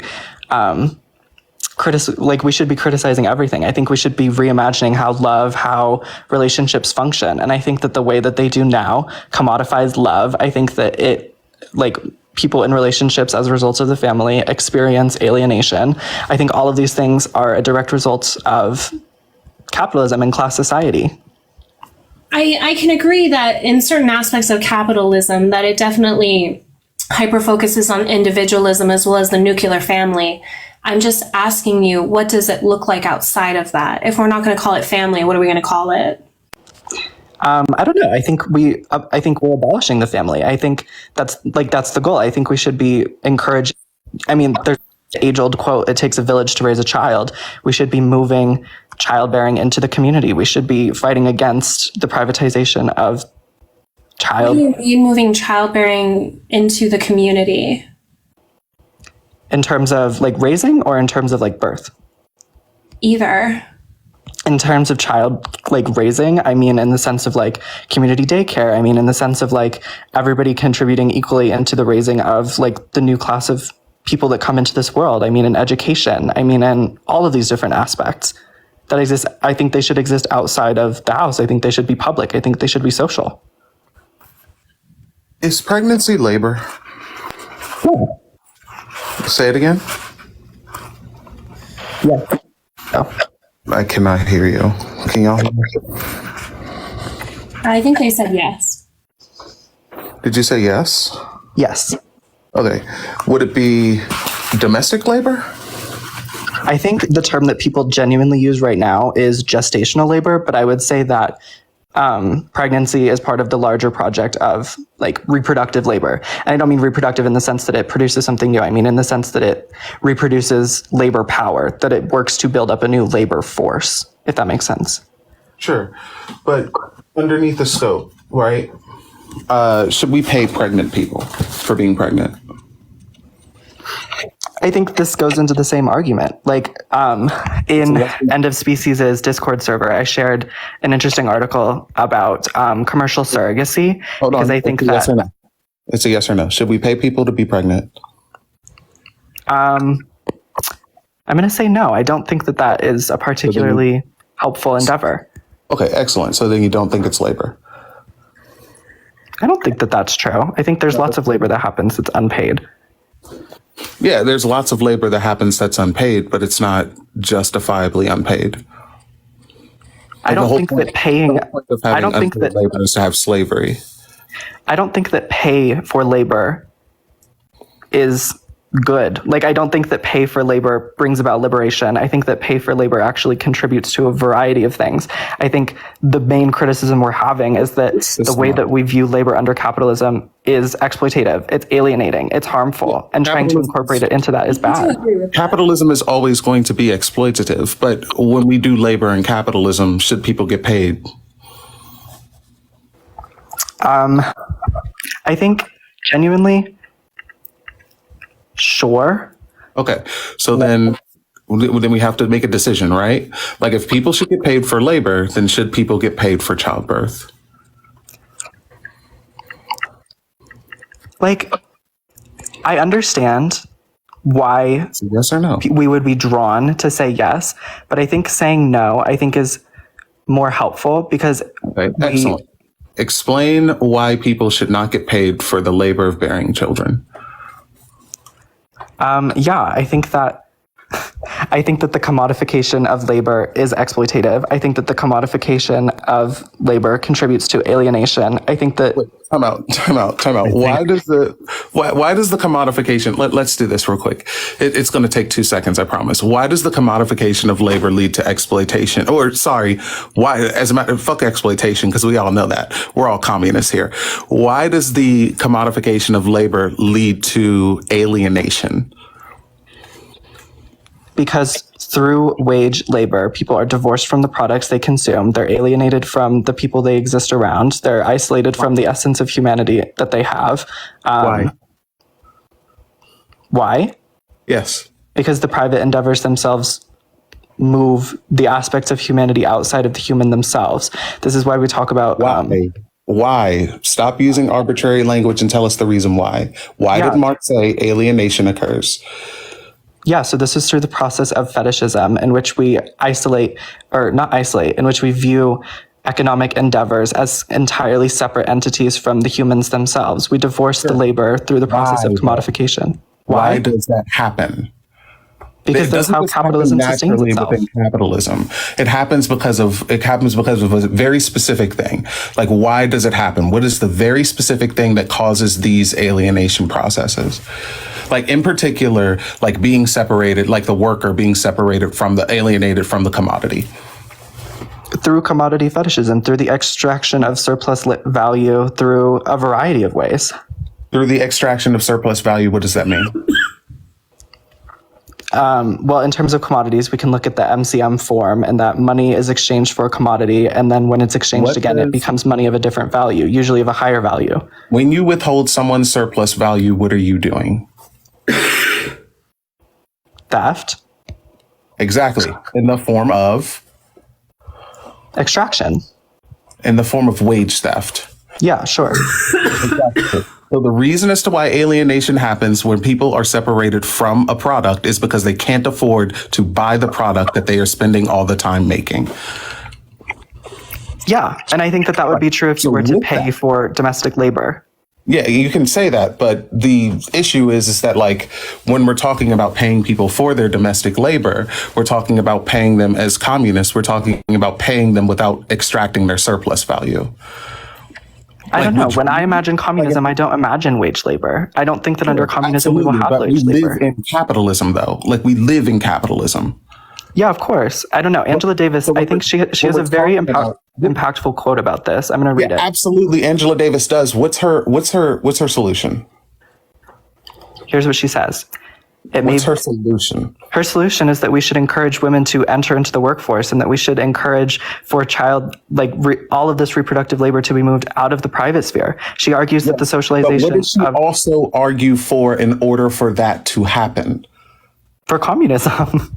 No, she doesn't. She argues for universal basic income. And the reason why she argues for universal basic income is because the alienation from the commodity creates the extraction of surplus value. What that means in a nutshell is that people's labor is being exploited because they're not being paid for it, which is why we need a universal basic income to encourage women to move more into the workforce and for domestic labor to become outside labor and privatized commodities in which people would fight for the rights harder for a commodity in a privatized, like, obviously it's a privatized means of production, capitalism, they would fight for the rights harder and thus for give domestic labor more of a say within the private sector. Like universal basic income is her solution. Yeah, but I don't think universal basic income is a wage for domestic labor or a wage for reproductive labor. Then why do we need it in order to move people away from domestic labor and to move domestic labor from just being inside the house to outside the house? Because when she presents it as an alternative to that system. She presents it as a way. Why? I'm getting there. She presents it as an alternative to it because all of the criticisms I raised earlier are things that she talked about. She talks about the alienation through the privatization of domestic labor. She introduces universal basic income as a method of providing for the welfare of people as we encourage women to integrate into the workforce. Because as we all understand, like, people need wages to live under capitalism. Absolutely. So the point of universal basic income is what? For people to have their basic needs met. To stop the extraction of surplus value of domestic laborers. Yes, and that's why she raises it as wage theft, to stop wage theft of people who do domestic labor. So like when we're talking about getting paid for domestic labor, there's no argument against it. What are you talking about? We just talked about how wages themselves engage in theft by their very nature under capitalism. Yes, capitalists do extract surplus value, but is the answer to capitalists extracting surplus value just to let everyone be slaves? No, I don't think that that's what anyone is saying at all. Right. That would be the only argument. You did say that there is labor that should be paid. However, reproductive labor should not be paid. No, I'm saying I don't think that that's the case. I think that what I'm saying is that I think if we were to pay for domestic labor, I think that we're going to reproduce the harms of capitalism. The harms of capitalism are already here. Like, exactly. Why are we talking about reproducing the harms of capitalism, especially when we have something like the argument for universal basic income in order to stop the exploitation of workers? Because I think there is a very meaningful difference between universal basic income and a specific wage for domestic labor. Okay, cool. Why let's say when it comes to what exactly is different than universal basic income, like going to people who do domestic labor rather than just people who do domestic labor getting a wage? Yeah, so I would say that universal basic income functions as a form of welfare, and I think that that's a little bit different than wages themselves. Time out. You're not saying anything. Like, the universal basic income being a form of welfare does not explain to me why it is different than someone just getting a wage. Because the point is that they're getting paid both ways. What is the difference in getting paid with a universal basic income than just getting paid a wage? Well, because universal basic income comes in addition to wages. Like, you wouldn't stop getting universal basic income by virtue of you having a job. Like, yes. I just think that they're different. Wages and welfare are different. But the people who are in this world, what we're talking about, the people who qualify for universal basic income are people who do domestic labor. Because you have to qualify for welfare. You don't just get welfare like willy-nilly. Like, I can't apply for welfare with the job that I have. I have to qualify for it. So the qualification for welfare in this world that we're talking about is doing domestic labor. What is the difference in someone just getting a wage and getting paid for domestic labor rather than them having universal basic income and the only qualifiers being people who do domestic labor? Because at that point, it does just become a wage for domestic labor. Exactly. So what is the issue? Because, once again, we shouldn't be trying to reproduce the harms of wage labor. We should be trying to imagine moving past that. And I think that the arguments that Miss Angela Davis raises about how the focus so intently on wages for domestic labor reifies the institution of the family. It can further commodifies the bodies of women. It contributes further to the exploitation or the extraction of surplus value, and now it has a monetary value. So what you're telling me is that, okay, This is what you're telling me right now. Women who are getting objectified. Let's put this in perspective, right? Because Angela Davis has a very clear cutout plan for this. But let's go with what you just said. So what you're telling me is that women who are constantly getting objectified now, whilst not getting any wages, will be objectified more whilst making money. Yes, I think commodification is bad. Okay. Awesome. Explain to me how that would be more dangerous for women. Yeah, because as we talked about earlier, through the nature of commodity fetishism, the way that capitalist institutions function relies on people being obscured from knowing the way that things function, especially in terms of commodities. Time out. We live in a capitalist institution. Got a call. We live in a capitalist institution now, and women are already not getting paid for domestic labor. Like, we already live in a capitalistic institution that already objectifies women and sees them as objects, right? Like, women are not looked at as people. So actually, women are looked at as sex objects, to be honest. So we already live in a capitalistic institution. We already have unpaid domestic labor. Women are already looked at as objects. Explain to me how now giving women money will put women in more danger than they already are in. Yeah, so I think we can actually look to the sex industry as an example of this, and particularly through the commodification of women's bodies through the sex industry, we can see a heightened contradiction of exploitation that arises because of this. And there is also a heightened alienation that is endured because there are no exit opportunities. You know what I mean? Like, once women become trapped within the realm of the sex industry, it is incredibly hard to leave. It's incredibly alienating, and it's particularly exploitative. Right. But the sex industry is completely different because the sex industry looks at professionalism, right? And goes into the issues of white supremacy. The reason why women can't leave the sex industry is because when people like higher up CEOs or whoever does the hiring, CFOs, whatever, do the hiring, they look into this person's background. They say, oh, this was unprofessional that this person was naked on camera because we're objectifying women, right? Like, but you're sitting here telling me that if we did not pay people to have sex on camera, and we did not pay women in particular to have sex on camera, that they would be safer than they are now? Like, as if the professionalism standpoint wouldn't stand and people wouldn't hire, like CFOs wouldn't look at that and not hire these people for having sex on camera for free? Well, I don't think that that's necessarily the argument that I was raising. I think the larger question when we engage with... This is the argument that you're raising. There's no other argument. Like, no, it is either or. Like, when it comes down to, especially this, let's look at these materialistically, right? Like, and we're looking at the world. I'm not talking about what the world might be or what the world could be. This is what men do. This is what CFOs do. This is what supervisors who hire people do. They do background checks on people. It is hard for women to leave the sex industry because of the professionalism stance. It is not hard for women to leave the sex industry simply because men don't see sex as a real job. Like, that's not the thing. They're not looking at people's resumes and going like, oh, you did sex work? That's not a real job, and thus for you're unqualified for this. They're saying that is unprofessional. So, like, materialistically, what you are saying, like, and what we're saying here is that if sex workers weren't getting paid, they would be safer. Like, is that the hill we're dying on?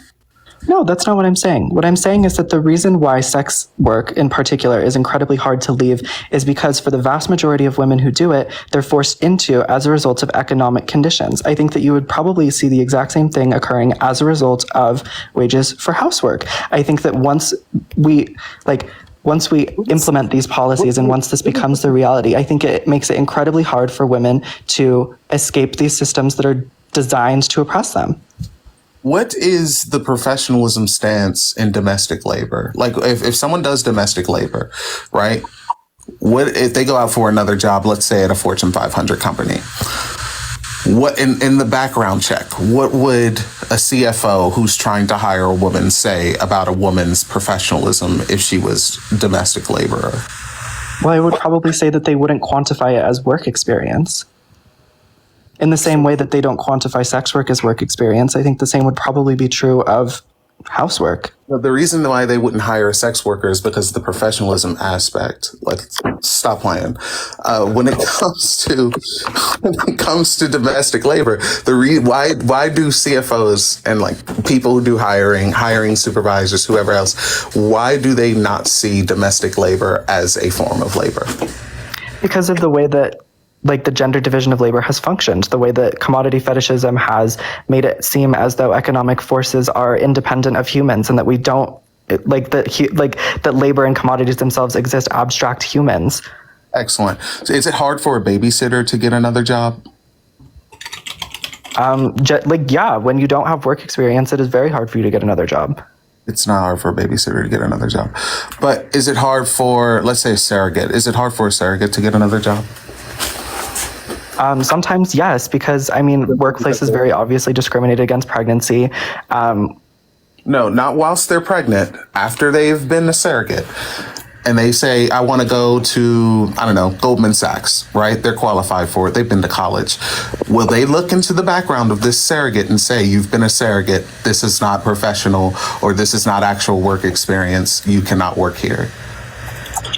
Sometimes, yes, because, I mean, jobs view... This is dishonest. What? No, I think it is very common for workplaces to view surrogates as people who are likely to become pregnant and as a result discriminate against them in hiring practices.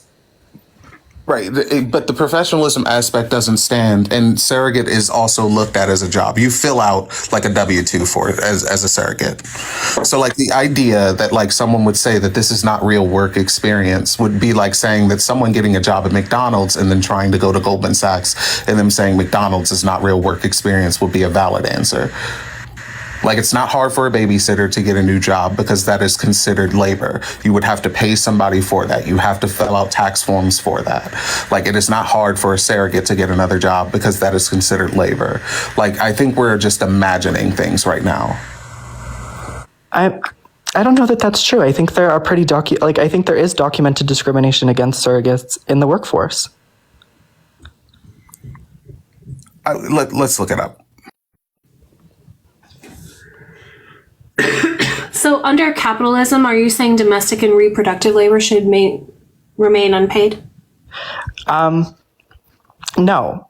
And I think that what I'm arguing is that in order, like, as we should pay them, I think rather than forcing it, like privatization onto the role like that women are doing currently, I think it should be moved into the public sphere and paid accordingly as such.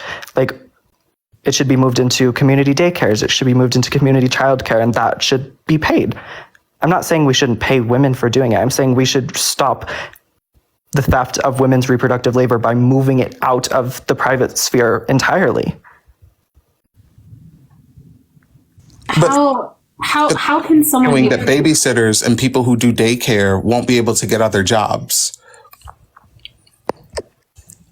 What? No, that's not what I said. That's 100% what you said. I just asked you if babysitters and surrogates would have a hard time getting other jobs, and you said yes for both. Yeah, I did say that sometimes it is hard for babysitters to have other jobs when there are no work experience because domestic labor typically is not qualified as labor. In the same sense of professionalism you were talking about, most people don't view it as labor, and that's bad. And I think that as a result of incorporating women into the workforce, when we force the domestic labor outside of the family and we compensate it as such, I think that that is a net positive. I think it's better. And I think it fights against the theft of women's reproductive labor. You're just arguing against your own point. Like this, if we gave people money for the labor that they did domestically, then it would have to qualify as work. I mean, I guess, but that still plays into the same structure of gender division of labor that we already have. Like, I think that that is the bigger critique is that the institution of the family contributes to the gender division of labor, which is exploitative. I don't think that making it public will make it any less gender. Okay. How would it be more exploitative than doing free labor? What is more exploitative than free labor? I don't think I'm presenting free labor. What I'm saying is that it's already free. It's already free labor now. Yeah, I'm not saying we should continue doing what we're doing right now. I'm saying we should move reproductive labor into the public sphere and compensate it as a result of that. Who does it now? Who does it now? Yeah, primarily mothers and women in the family inside the house. How in the fuck would this be any Wait, different? but when it comes to childcare, when it comes to house cleaning, when it comes to all these industries, who is predominantly the worker? Yeah, women. So why would just moving it from one sector to the other, why would that change the gender? It's already been assigned as women's role. Right. And so by doing that, it allows for women to incorporate into the workforce, and it allows for women to struggle for better wages as a result of their collective bargaining power with their coworkers. So we would negotiate with capitalists rather than with the state, is what you're saying? No, because I'm saying once again, like we should have state-run family care, like daycare should be nationalized, fully subsidized, all of this. I see. So you would be against like a mother taking care of her own child. She would put it in a community daycare. Yes, I guess. Why? Because I think, while I understand, and I think that it is important for people to have the ability to have choices, I think that a lot of the times when we have these choices of, I want to raise this child by myself, it operates from a position of alienation. It relies on the family structure. I think it implies a sort of ownership over a child, which I don't necessarily agree with. Yeah. How would that go with the structure if you say you want to raise a child? You don't think parents should be recognized as parents? I don't think that's what I'm saying, but I think that we need to have a like. I'm just trying to understand like at what degree this goes to. Yeah, I think we completely need to reimagine the family structure as a whole, and I think that we need to be transforming and moving childcare outside of the house. Does that mean parents stop being parents? I don't think so, but I think that the role of the parent is transformed. Right. So I'm asking to what degree. To what degree? Well, I think... Yeah, so if like during the day that they, you know, because I mean, obviously that already exists within today's society because I obviously send my child to school. Yeah. But I'm wondering, like, do they come home to me or is there like a rotation or... I mean, yeah, of course. But I think also when we're talking about like abolishing the family, that means moving the entire society into a more social means of living, into a more social means of operation, into a more social means of consumption. You know what I mean? Like, I think we're fighting against privatization as a whole, not just in the workplace, but in all facets of society. So how would like living structures work? Do you mean, sorry, do you want like under communism or under like this capitalist welfare? Just within this like system in general, because I want to make sure that we keep this under capitalism because that's what we're talking to. Okay, yeah. So then if we're talking specifically under capitalism, then yeah, what I imagine would most likely, and from what I've read, would be a better solution is that we supplement reproductive labor by moving it into state-funded welfare programs that are designed to do the role of reproductive labor. So then would people come clean my house? If you wanted to, I guess, like if you paid a maid, then sure. So this is like beyond reproductive labor as well. This would be domestic labor too. Yeah. Like, isn't that what domestic labor is? I mean, yes, but to a large extent, that form of domestic labor is already wage labor. I mean, we already have maids and it is already still, like we can see that the vast majority of maids are still women and it is still part of the gender division of labor. But women still make up a majority of the unpaid domestic labor, which we have to like acknowledge does affect women's ability to participate in paid labor. Yeah. As well as leisure time. And so I think that by moving childcare into the public sphere, I think that we can have a better opportunity in fighting against the gender division of labor. I think by allowing women to participate equally in the workforce and fighting against, you know, workplace discrimination, all of these different things, and allowing women to collectively bargain on like and fight for wages, fight for better wages with their coworkers. I think that this is particularly helpful for the liberation of women. Wait.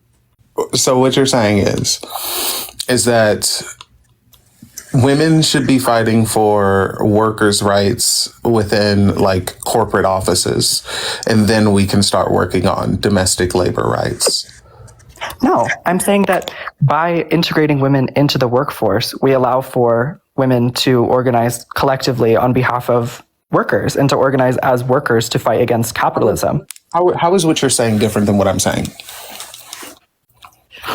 I just want to let you guys know I have to leave in 10 minutes. Okay. How is what you're saying different than what I just said? Because I think what you said has the order wrong. Like, I'm not saying we're going to, like, I'm not saying right now. Okay, go ahead. Explain it.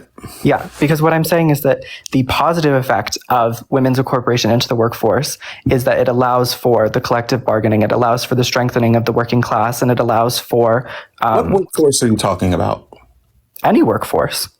Okay, so what you're saying is... First, women need to get into the workforce of corporate offices and Fortune 500 companies and maybe even blue collar like fields. And then we can fight for domestic labor rights. No. See, this is what I'm saying is that, this is why I think it's backwards, is because when women are moved into the workforce, the reproductive labor has to be supplanted with something else. And as a result of that, we've seen the emergence of subsidized childcare. And that's why I think when we're moving women into the workforce, that's why we need these welfare industries. We need like nationalized daycare and childcare to take care of this as women are moving into the workforce. Excellent. Cool. Explain why this isn't working. Why isn't it working? Yes. Because women face workplace discrimination. I mean, for a long time, and this is still true today, the majority of housewives are housewives as a result of unequal access to work, as a result of workplace discrimination. Right, exactly. So what you're saying, again, is that women right now are doing the majority of domestic labor, and a lot of women are doing domestic labor because they don't get equal treatment within corporate office workplace and within blue collar workplace. So getting women into blue collar and corporate office, white collar, what they call blue collar and white collar workplaces, will allow them to organize with those blue collars and white collars, and then it will create stronger unions, and those stronger unions will go into domestic labor. No, because what I'm saying is that as women move into the workforce... It's the Patrick meme. First of all, women are already in the workforce. Like, women are already like heavily into the workforce. When it comes to like workplace discrimination against women, it has not changed anything. Domestic labor has already been outsourced for like daycare. We literally have averages for how much it costs to like put your child within daycare or like aftercare and after school care. Like it is already a part of people's budgets. Like that is already a thing, and it's still not unionized. What we're talking about here, immaterial reality, or at least what I want to talk about with immaterial reality, is paying people for their labor, because women are already doing the vast majority of domestic labor and are already not getting paid for it. And to say that paying women for doing domestic labor would cause more corruption and more like exploitation of women is like saying, oh, well, if you abolish slavery, then that means that black people will just be getting exploited by capitalists and we should be fighting for something better. It's like, yeah, sure, but get these niggas off the field first. Like, are we serious right now? Well, I think this Angela Davis quote particularly sums up this argument. And she said, Davis. It may well be true that slavery to an assemblage line is not itself liberation from the kitchen sink, but the assembly line is doubtlessly the most powerful incentive for women to press the elimination of their age-old domestic slavery. Is that because they're moving from unpaid labor to paid labor? Yes. Then why wouldn't we just make the unpaid labor paid? Right, like, because they're just moving from one oppressive system to another. And there is also the issue that Angela Davis has a very clear plan of implementing universal basic income, in which the people who qualify for it do domestic labor to force it to be a paid labor. Like, I'm not understanding like the advocation of people. Like, I don't understand your advocation for free labor. I don't think that that's what I've said at all. I think what I've said is that we should be moving domestic labor outside of the house and compensating it as such. It should be individualized. It should be community based. Yeah, and I don't think that means it's unpaid. Community based reproductive labor. Well, if we break it down into a variety of different things, we see child daycare, schooling. That's domestic labor. I'm talking about reproductive labor in terms of like actually performing reproduction. Oh, sorry. Yeah, so if we're talking about that, I think there's this essay that I sent within End of Species' Discord that talks about reimagining commercial surrogacy as a vehicle of transforming this, because it critiques commercial surrogacy, particularly because of the commodification.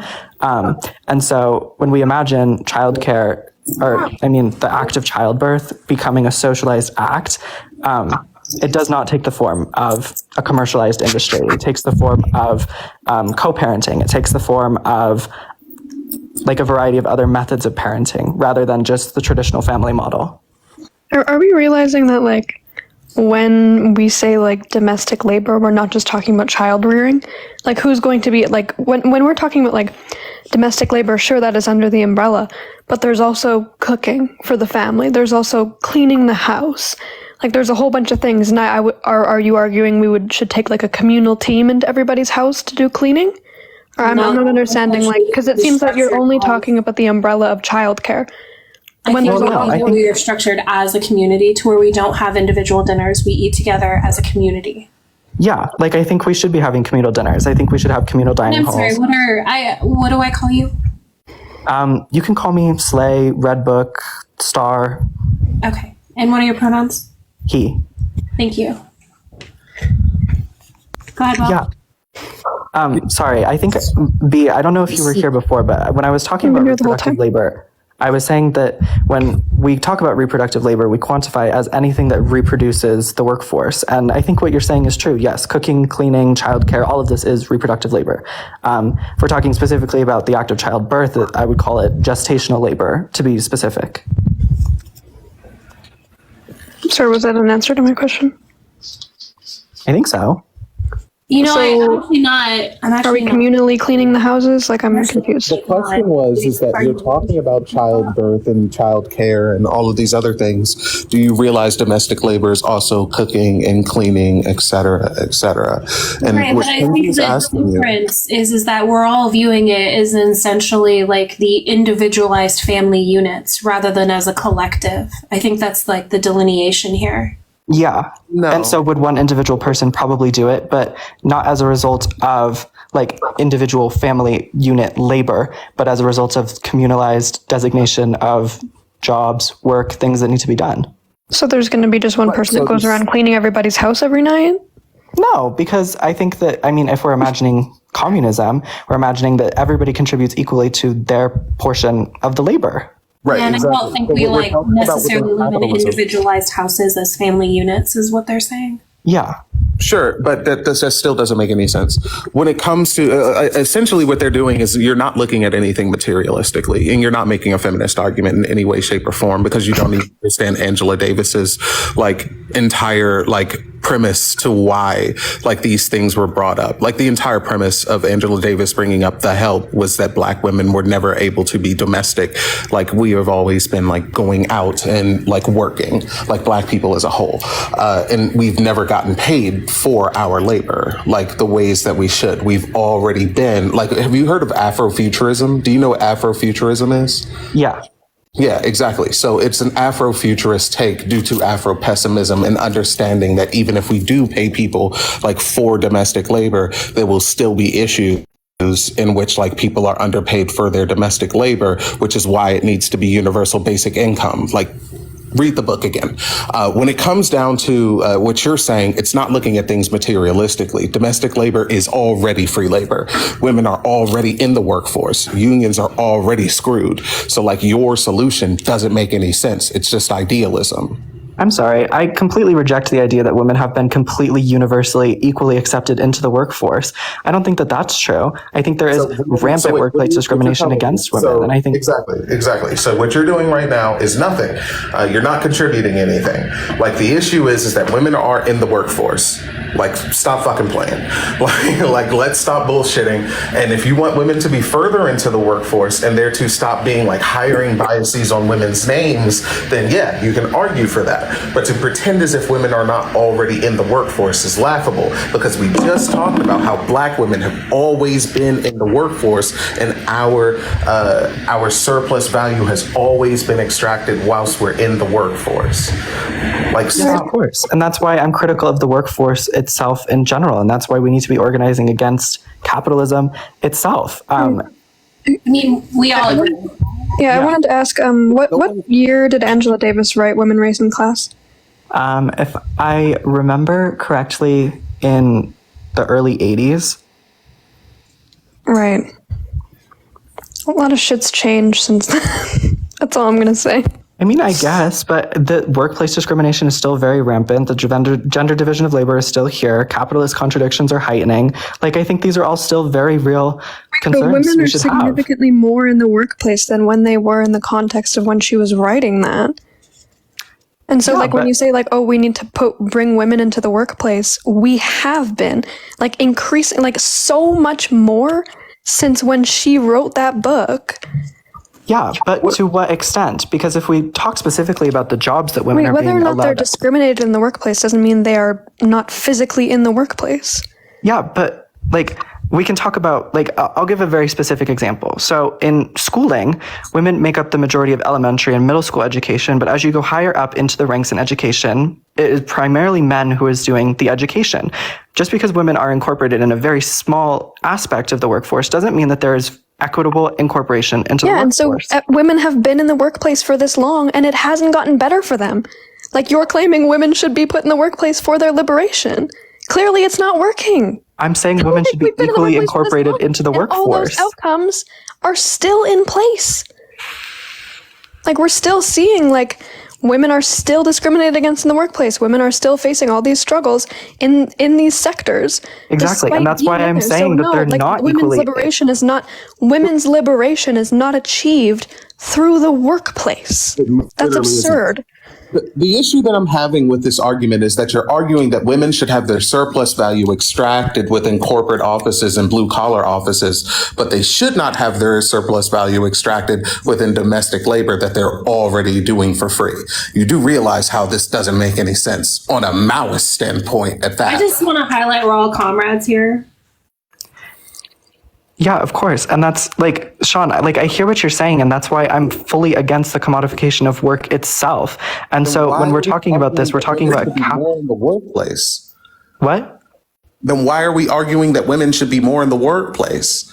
Because that's exactly what you're saying with wages for domestic labor. Whether or not you consider that part of the workforce is up to you, but by and large, that is still work. Okay, excellent. I know why I'm arguing it. Why are you arguing it? Why is the hard line at extracting surplus value at domestic labor, but it's not a hard line at white collar jobs or blue collar jobs?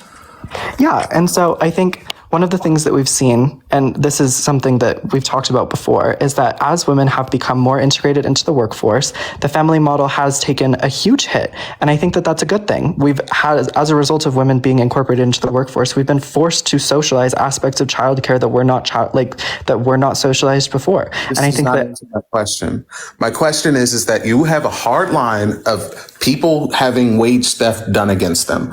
Extracting surplus value is wage theft for everyone in the chat. I'm just going to say wage theft from here on out. Why is your hard line at wage theft in domestic labor, but it's not a hard line for wage theft in blue collar or white collar labor? Why is your argument that we shouldn't pay women to do domestic labor because then they would have wage theft enacted on them, but we should put them in corporate offices where they will have wage theft enacted on them? I don't think that was ever my argument. My argument was that... What the fuck are we talking about? Stop fucking playing with me, dog. You're talking about women moving into the workforce even more in order to join better unions so that labor forces will have to be forced to pay people better, wages. And then the domestic labor would have to be outsourced to other people who do the domestic labor. And that would be considered labor. And then they can fight for better wages. We're talking about domestic labor being outsourced so that women no longer get extracted for their surplus value, or don't get extracted for their surplus value within domestic labor simply by paying them for their domestic labor. Yeah, and so saying this is not what we're talking about. Like if you're having a hard time coming to a conclusion with your own ideology, that is perfectly fine. But let's not sit here and pretend as if I haven't read the books too. Like I don't think I'm pretending that. I think I came in here hoping that everybody was all on the same page and that we've done the same reading. We know the same things. What I was saying. So why is the hard line at domestic labor for wage theft, but it is not at blue collar and white collar jobs? Your issue with paying people for domestic labor is saying that if we pay women for domestic labor, they'll have wage theft enacted on them. What we should do is put them in white collar jobs and blue collar jobs where they will also have wage theft enacted on them. Why is the hard line domestic labor? It's a very simple question. Yeah, so because it reifies the gendered division of labor. Wait, don't you think that there is a gender division in labor within the private sector? Literally. Of course, yeah. Yeah, so how would, going into the private sector where there's also a gender division of labor, get rid of gender division of labor? Yeah, because I think that this is the larger fight is that, for a long time, back when women were not allowed into the workforce, the gender division of labor was very it was very extreme. And so by moving into the workforce, we fight the gender division of labor in the sense that women are not allowed to not do domestic labor. Women are only supposed to do domestic labor. So by incorporating into the workforce, we're already fighting against that gender division of labor. The application of the gender division of labor in the workforce is an entire other question. And I think that is why we need to fight for the full inclusion. I would say we're just moving it from one sector to another. Literally this. Like literally this. Like it still doesn't answer my question. You are still advocating for the extraction of surplus value of women. You're just arguing for it in corporate and in blue collar jobs. Like this is not changing any bias of women, especially since women will still be doing the majority of domestic labor when it is either privatized or publicized. Like that you're not answering the question. See, I'll answer this question. I'll make it very easy. I think women should get paid for domestic labor because it's fucking labor, and I think people should get paid for their labor. You think women should not get paid for domestic labor because you think it will lead to surplus value extraction. Fair argument. Excellent. I'm going to pretend as if it's a good one, right? Why is the line at domestic labor, but it is not at white collar and blue collar labor? I think you're misrepresenting my argument. No, because what I've been saying. No, the fuck I'm not. This is why men can't be feminists, because you don't even understand the struggle. The issue is that you're drawing a hard line at domestic labor, period. That is not something that I'm making up. You said that. You said that they would get extracted for their surplus value. You said that wage theft would happen to them if we start paying them for their domestic labor. You brought that up. I'm asking you, why is your solution then to move them to a different industry in which the surplus value under capitalism will still be exploitative and they will still have wage theft enacted on them? And you're saying that I'm misrepresenting your argument, which I'm not. Yeah, because the entire thing that I've been saying this entire time is that confining women into the house to do domestic labor is harmful. The extraction of surplus value happens, of course, even if it's unpaid. And so when we're talking about the gender division of labor, if we further push women into the houses, I think that that's bad. And I think that we should be moving the reproductive labor out of the house. It should be socialized. It should be done by the community. I don't understand. The majority of people doing it will still be women, so it would still do the same thing that you're arguing. Like it would still be a bias that women do these things. And we would still have misogyny saying that these things are lesser than because mostly women do these things. We've already established this. My question isn't about gender or misogyny or whether or not men are pieces of shit. We know that men are pieces of shit. We've established this way earlier in the conversation with a different guest. My question is for you, is that why you, as someone who has the red book in your username, as someone who I would probably guess to be a Maoist, but if you're not, then that's fine too. But someone who is a leftist, a Marxist, an anarchist, anarcho-syndicalist, anarcho what the fuck everest, right? Why is the hard line for wage theft at domestic labor, but it is not a hard line when the women will still be doing the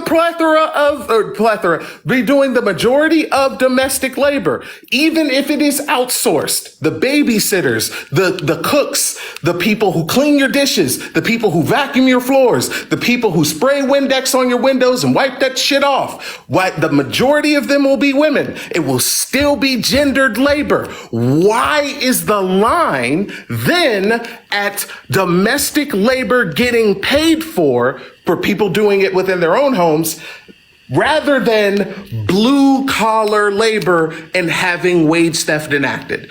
That is what I'm asking. I'm not asking about misogyny. I'm not asking about gender lines. We've already established that those things will not be within this system eliminated in any way, shape, or form, because it will still be women doing the majority of the domestic labor. Why is the hard line of wage theft not at blue collar and white collar jobs, but it is at domestic labor?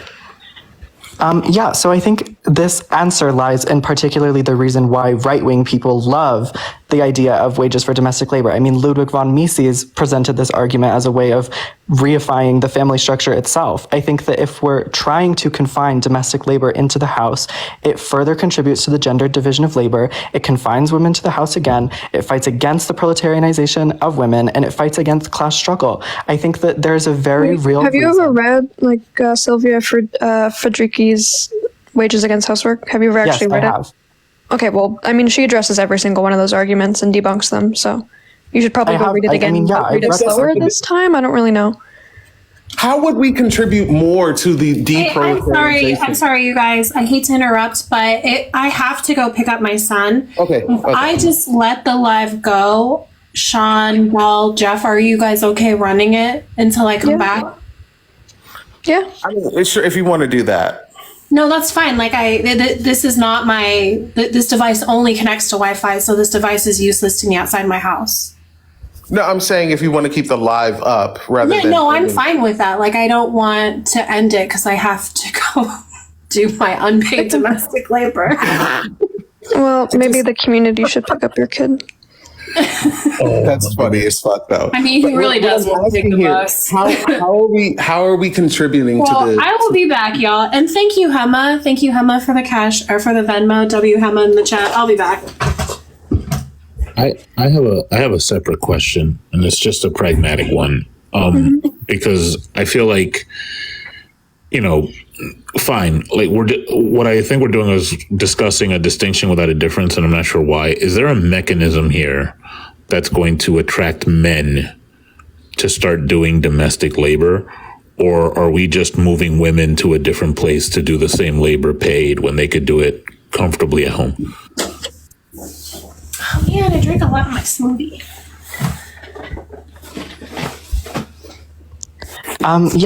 So I think there could be an incentive for men to do domestic labor. I think we see that in public education. I think there is an argument to be made that men do domestic labor there if they're teachers. And I think that one of the things that we've seen through the moving of domestic labor into the public sphere is that men have increasingly engaged within childcare. Yes, women do the majority of it. And yes, I think we should be fighting against that. But I think that there is a real argument to be made that by moving it into the public sphere and by incorporating women equally and equitably into the workforce, it requires an equal contribution into the role of domestic labor. Wouldn't men just go into these publicly ran, I guess, domestic places in hopes of taking all of the admin and managerial positions like they do in education? Yeah, and that's why I'm saying we need to fight against the gender division of labor. And I think that the gender division of labor begins in the family. It begins in the home. It begins in the idea that women are supposed to do reproductive labor. And I think that moving it into the public sphere by fighting against the notion that women are the ones who are supposed to be doing reproductive labor, I think fight that. I think what it seems to me like what's happening is we're trying to make an ideological cultural change by making a paradigm shift in just a business process, right? If I was looking at this from the inside of a business and everybody in my business is like, and I'm only saying this because I just wrote a paper on this, using aggressive sales tactics to, like unethical sales tactics to hit aggressive sales targets, right? If I change the location of the store, they're still going to be using those same unethical tactics. And so like the culture change comes at changing the aggressive targets, not the location of the store. Like the store could be anywhere. And as long as I have that same underlying thing, and I get it, you know, we're all in agreement. Capitalism, boo, let's get rid of it. But I think when we're looking at solutions in the interim, shuffling the pieces around the chessboard doesn't change the chessboard. Yeah, like I hear what you're saying, but I think there is a meaningful distinction between the public sphere and the private sphere. And so if we were to move like a company from one location to another, of course it still remains in the public sphere. And so what I'm talking about is when we're moving domestic labor out of the private sphere, I'm meaning moving it out of the family. And I think that like that meaningful distinction is important because if we can agree, articulate the family as the site at which the gender division of labor is produced and reproduced. But the family is technically, like, it's not a private company that would be paying women for domestic labor. It would still be the government. Like, it would still be technically the public sector. I think under that, it would still remain in the family and it would still be within the private realm. You would receive like an income from it, but I don't think that it becomes public as a result of that. Like, I think it still remains within the family. I think it still remains within the house. And I think that that is problematic. I think it reproduces the gender division of labor. No, what I'm saying is the gender division of labor, like I was listening this whole time and irrespective, I don't see anything in the solution that changes the gender division of labor because there's nothing that changes the culture of patriarchy by putting women in the workforce. As a matter of fact, it's going to have more women adopt patriarchal norms as they do today when they go into the workforce. So, yeah, I would still, and you know, if you consider it private, that's fine. I still consider it public, and I think we're just going to be in a semantic debate there. But whether the government is paying money to me for changing diapers or person X down the block where I take my child for changing diapers, it's still the government paying for changing diapers.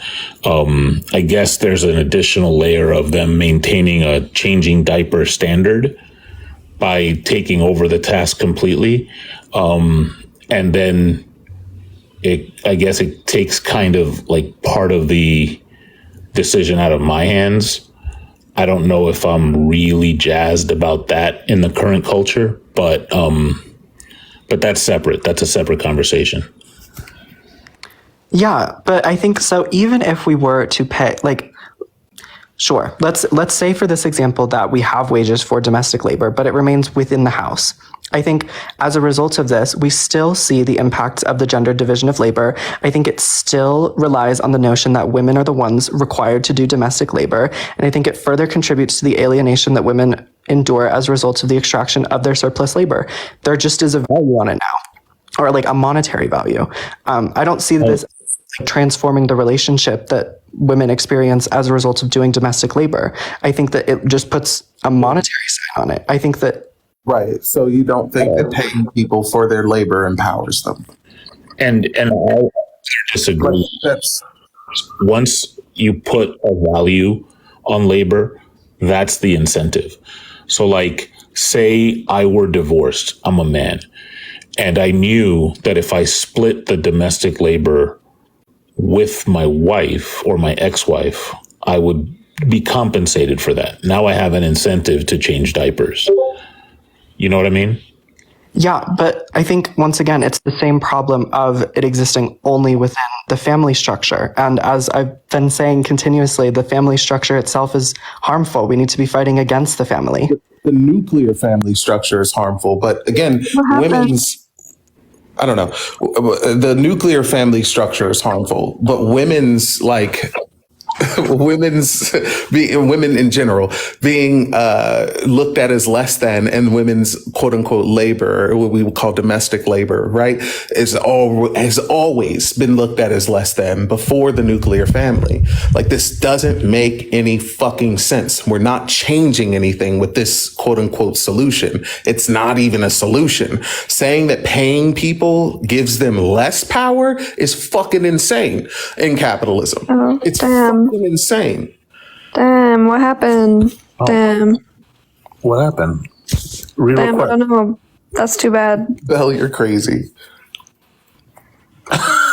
That's really too bad, seriously, damn. TikTok don't want them up, damn. No, deadass though. Am I being crazy here? Or is the argument that paying someone money for doing labor makes them exploited and thus for we shouldn't do it? That's like, I mean, like Sylvia Federici genuinely like addresses every single claim that they said, despite that they said that they read it. So that's really fun. I think that they want it. I mean, I think they want the labor to be paid. It's just where it's paid that's the issue. Yeah, the issue about where it's paid still brings forth the same issue. It brings forth still the issue of women having specific like labors that they are supposed to do, and those labors being looked at as less than. Like, it doesn't change anything. We've already expressed this. Like, taking like women being babysitters as opposed to women being mothers does not stop the misogyny. Like, how would it? Picture this, okay? The toilet fucking overflows because someone like dumps a fat shit in your toilet, and it's just like actively overflowing. And who otherwise would be the wife coming to clean it? You have to like go to the community center and be like, yo, come like help clean my fucking toilet because this shit's overflowing. And then like, you know, that you gotta wait for someone like the community cleaner to come clean your fucking toilet, which otherwise the wife would do unpaid. Like, I'm not sure it's clicking. I don't know. Like, it's a very strange thing, especially seeing as how giving people money within capitalism, giving people money is what empowers people. Like, CEOs aren't powerful because they have a high position. Like, let's be fucking for real. Like, Jeff Bezos isn't powerful because he came up with Amazon. Like, what the fuck are we actually talking about? Nobody remembers who actually invented Coke, but everyone knows the CEO of Coke. Like, what are we actually fucking talking about here when it comes to power and the distribution of power? Yeah, real. And like, I don't know, like, are we all living in like college dorm style, basically housing? And like, we all have like the community kitchen and like the community people clean and make the food and raise the kids. And then like, what if I want to raise my kid? Like, what if I don't want somebody else raising my kid? Like, it's not that it's like inherently an oppressive thing to raise children. It's the fact that it's unpaid. That's the problem. And that it's inherently expected of women is the problem. Exactly this. Because like, when we see single fathers, we see them be revered. We don't see them being diminished. Whereas we see a single mother and we demonize them. So it's not the labor that's the issue. And it's not even it being, you know what, never mind. Who else we bring it up? No, like, I would want to raise my own kid, TBH. Your pick, Belle. I don't know if any of these people, like, actually disagree, but we'll see. Hi, Snuggle Wumpkins. Damn, I don't think they're gonna load in. Probably left the app. Don't blame you. Alright. Get out of the box, unless you disagree. Belle. Open. Yeah. Oh, another one. Okay. Boo-doo-doo-doo. I don't think this person's loading in either. Well, we got nobody, so I guess we just sit here and yap, because Kenzie's gone, so. But yeah, I think what you said, Sean, is like very much real about like, okay, so we make this like we take it outside of the house. Women are still going to be doing it. It's like, what is the point? Right. And there's no like addressing the things like within corporate offices for women. Like we're addressing like the issues that women like the biases that women face within corporate offices or blue collar jobs. You're just saying like put them in there, which they're already massively in there. Like like what I don't know what we're talking about if we're not talking about material reality. If we're not going to talk about like the core issues of something being the issue and how to actually get rid of that and the steps towards that versus like what we personally want to see. Like if you personally don't want to have a family, that's cool. I don't necessarily care. But like no one up here has ever disagreed that nuclear families are harmful. No one up here has ever disagreed that like the structure of nuclear families and like the expectation of women to do domestic labor isn't harmful. The issue is that like we're arguing that women should get paid for their labor because it's fucking labor. Like Right, and like are those community workers that are doing it gonna get paid? Because if the community workers are getting paid doing it, then why would we not just like pay the person that's doing it inside of the house? Like I'm not sure I really understand. That was my issue, and that's why I say it's a distinction without a difference. You're not going to be able to avoid commodification within capitalism. Like anything that we attach a value to is now a commodity that we have to pay for, or that we are, stealing if we don't pay for it. Right. And I also find it hard to believe that like when people are paid for their labor, people will see them as like less than when they were doing it for free. That doesn't make any fucking sense. Right. But Kali, what's your take? Yeah, my take is actually with you guys, but I figured out via all of the comments the person is making what they were trying to say. They basically are saying that staying in the home is bad because you're supposed to go outside into your community and work in the community, is basically what their whole thing is. Nobody said that the women have to be like relegated to the home 24/7 though. Yeah, that's kind of what my whole thing was. Basically, like you guys are saying that if the person's going to stay home and be taking care of the house and are okay with being a homemaker, they should be paid for it, which I feel if it's going to be the guy doing it or the woman doing it, because frankly, you have both this society doing it anyway, then they should be paid for it because it's a hell of a lot of labor, right? Which I'm all for, but they're basically saying that the whole point, with a communist society is helping the whole community. But if someone wants to stay home so that their partner is able to go out and do things in the community, and they're going to stay home and help with the kids and the house and that sort of a thing, then, they should be getting paid for it because that is a lot of work. But they're figuring that the person should be going out into society and be doing labor out there, I don't know, working at a childcare or something like that, I guess. But that was their whole big thing about it. I have a question for my pro-capitalists in the room. Specifically, okay, Belle, you're pro-capitalist. What gives you freedom to move in capitalism? Please don't drop me. I was kidding. What gives me freedom to move? Yeah, in a capitalist system, what gives you the freedom to move more? What gives me the wings that I need to go around and move around society freely? I think Red Bull, but I'm not. Money. Yeah. Sorry. If I don't have money, I stay if it's a Friday night and I'm staying home, 9 times out of 10, it's because I don't have any money. I want to go out and do something, but I don't have money. So yeah, I agree that people should be out learning their neighbors' names and going out to parks and all this other stuff. But that going out to the park with your kid is also labor. If anybody hasn't done it, I've only done it a few times. I don't have children, but when I've gone to the park with my nephews, when I get home, I feel like I've done a whole day's work. So it is labor. And so if you're getting paid for that, you have now more freedom to move within society. Now, if you want to take that money and, I don't know, choose daycare, have at it, great. And then with that, then go get a job. All right, cool. But like, I wouldn't say don't do that.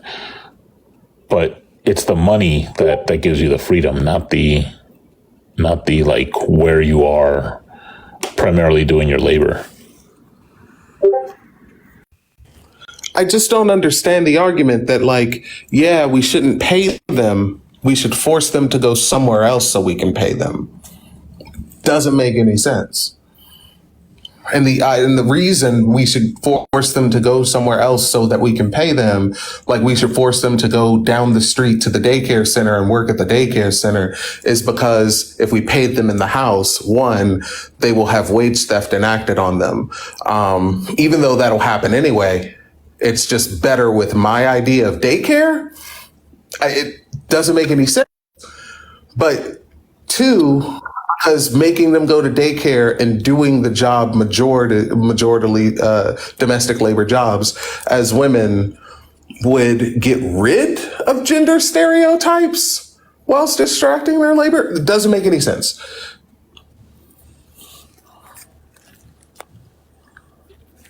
It really doesn't, honestly.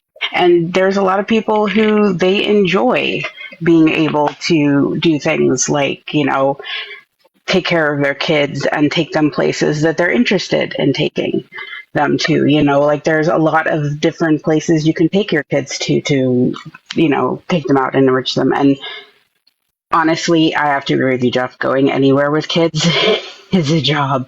My mom takes care of my special needs nephew as a full-time job, actually, as a caretaker. And that is work. Especially now that she also has to take care of my 5-month-old nephew on top of that. So and that's a choice that she's make that she gets paid for. So yeah, I don't get it either, honestly.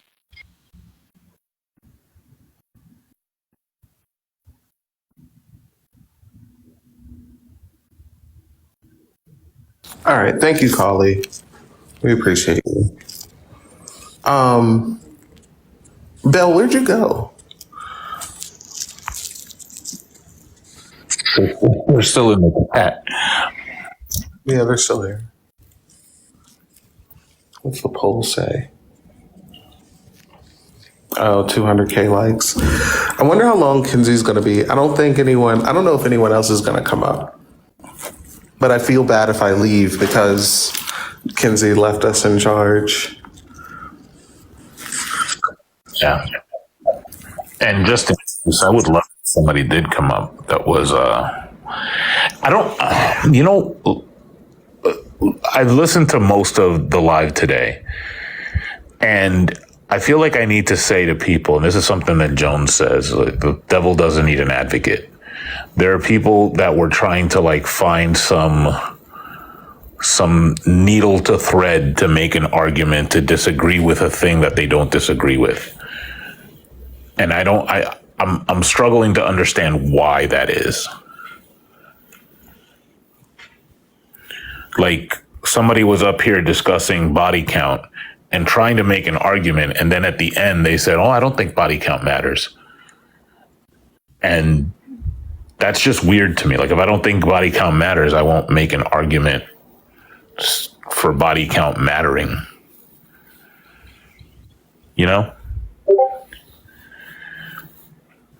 It's just strange. Yeah, I never.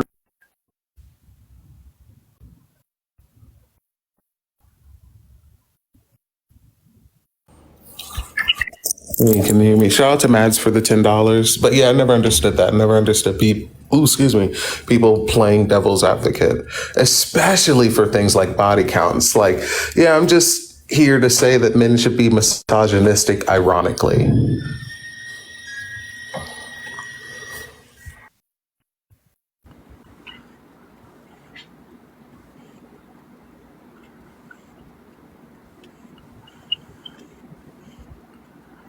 What was the other one? The Bible one was, that's what got me up here.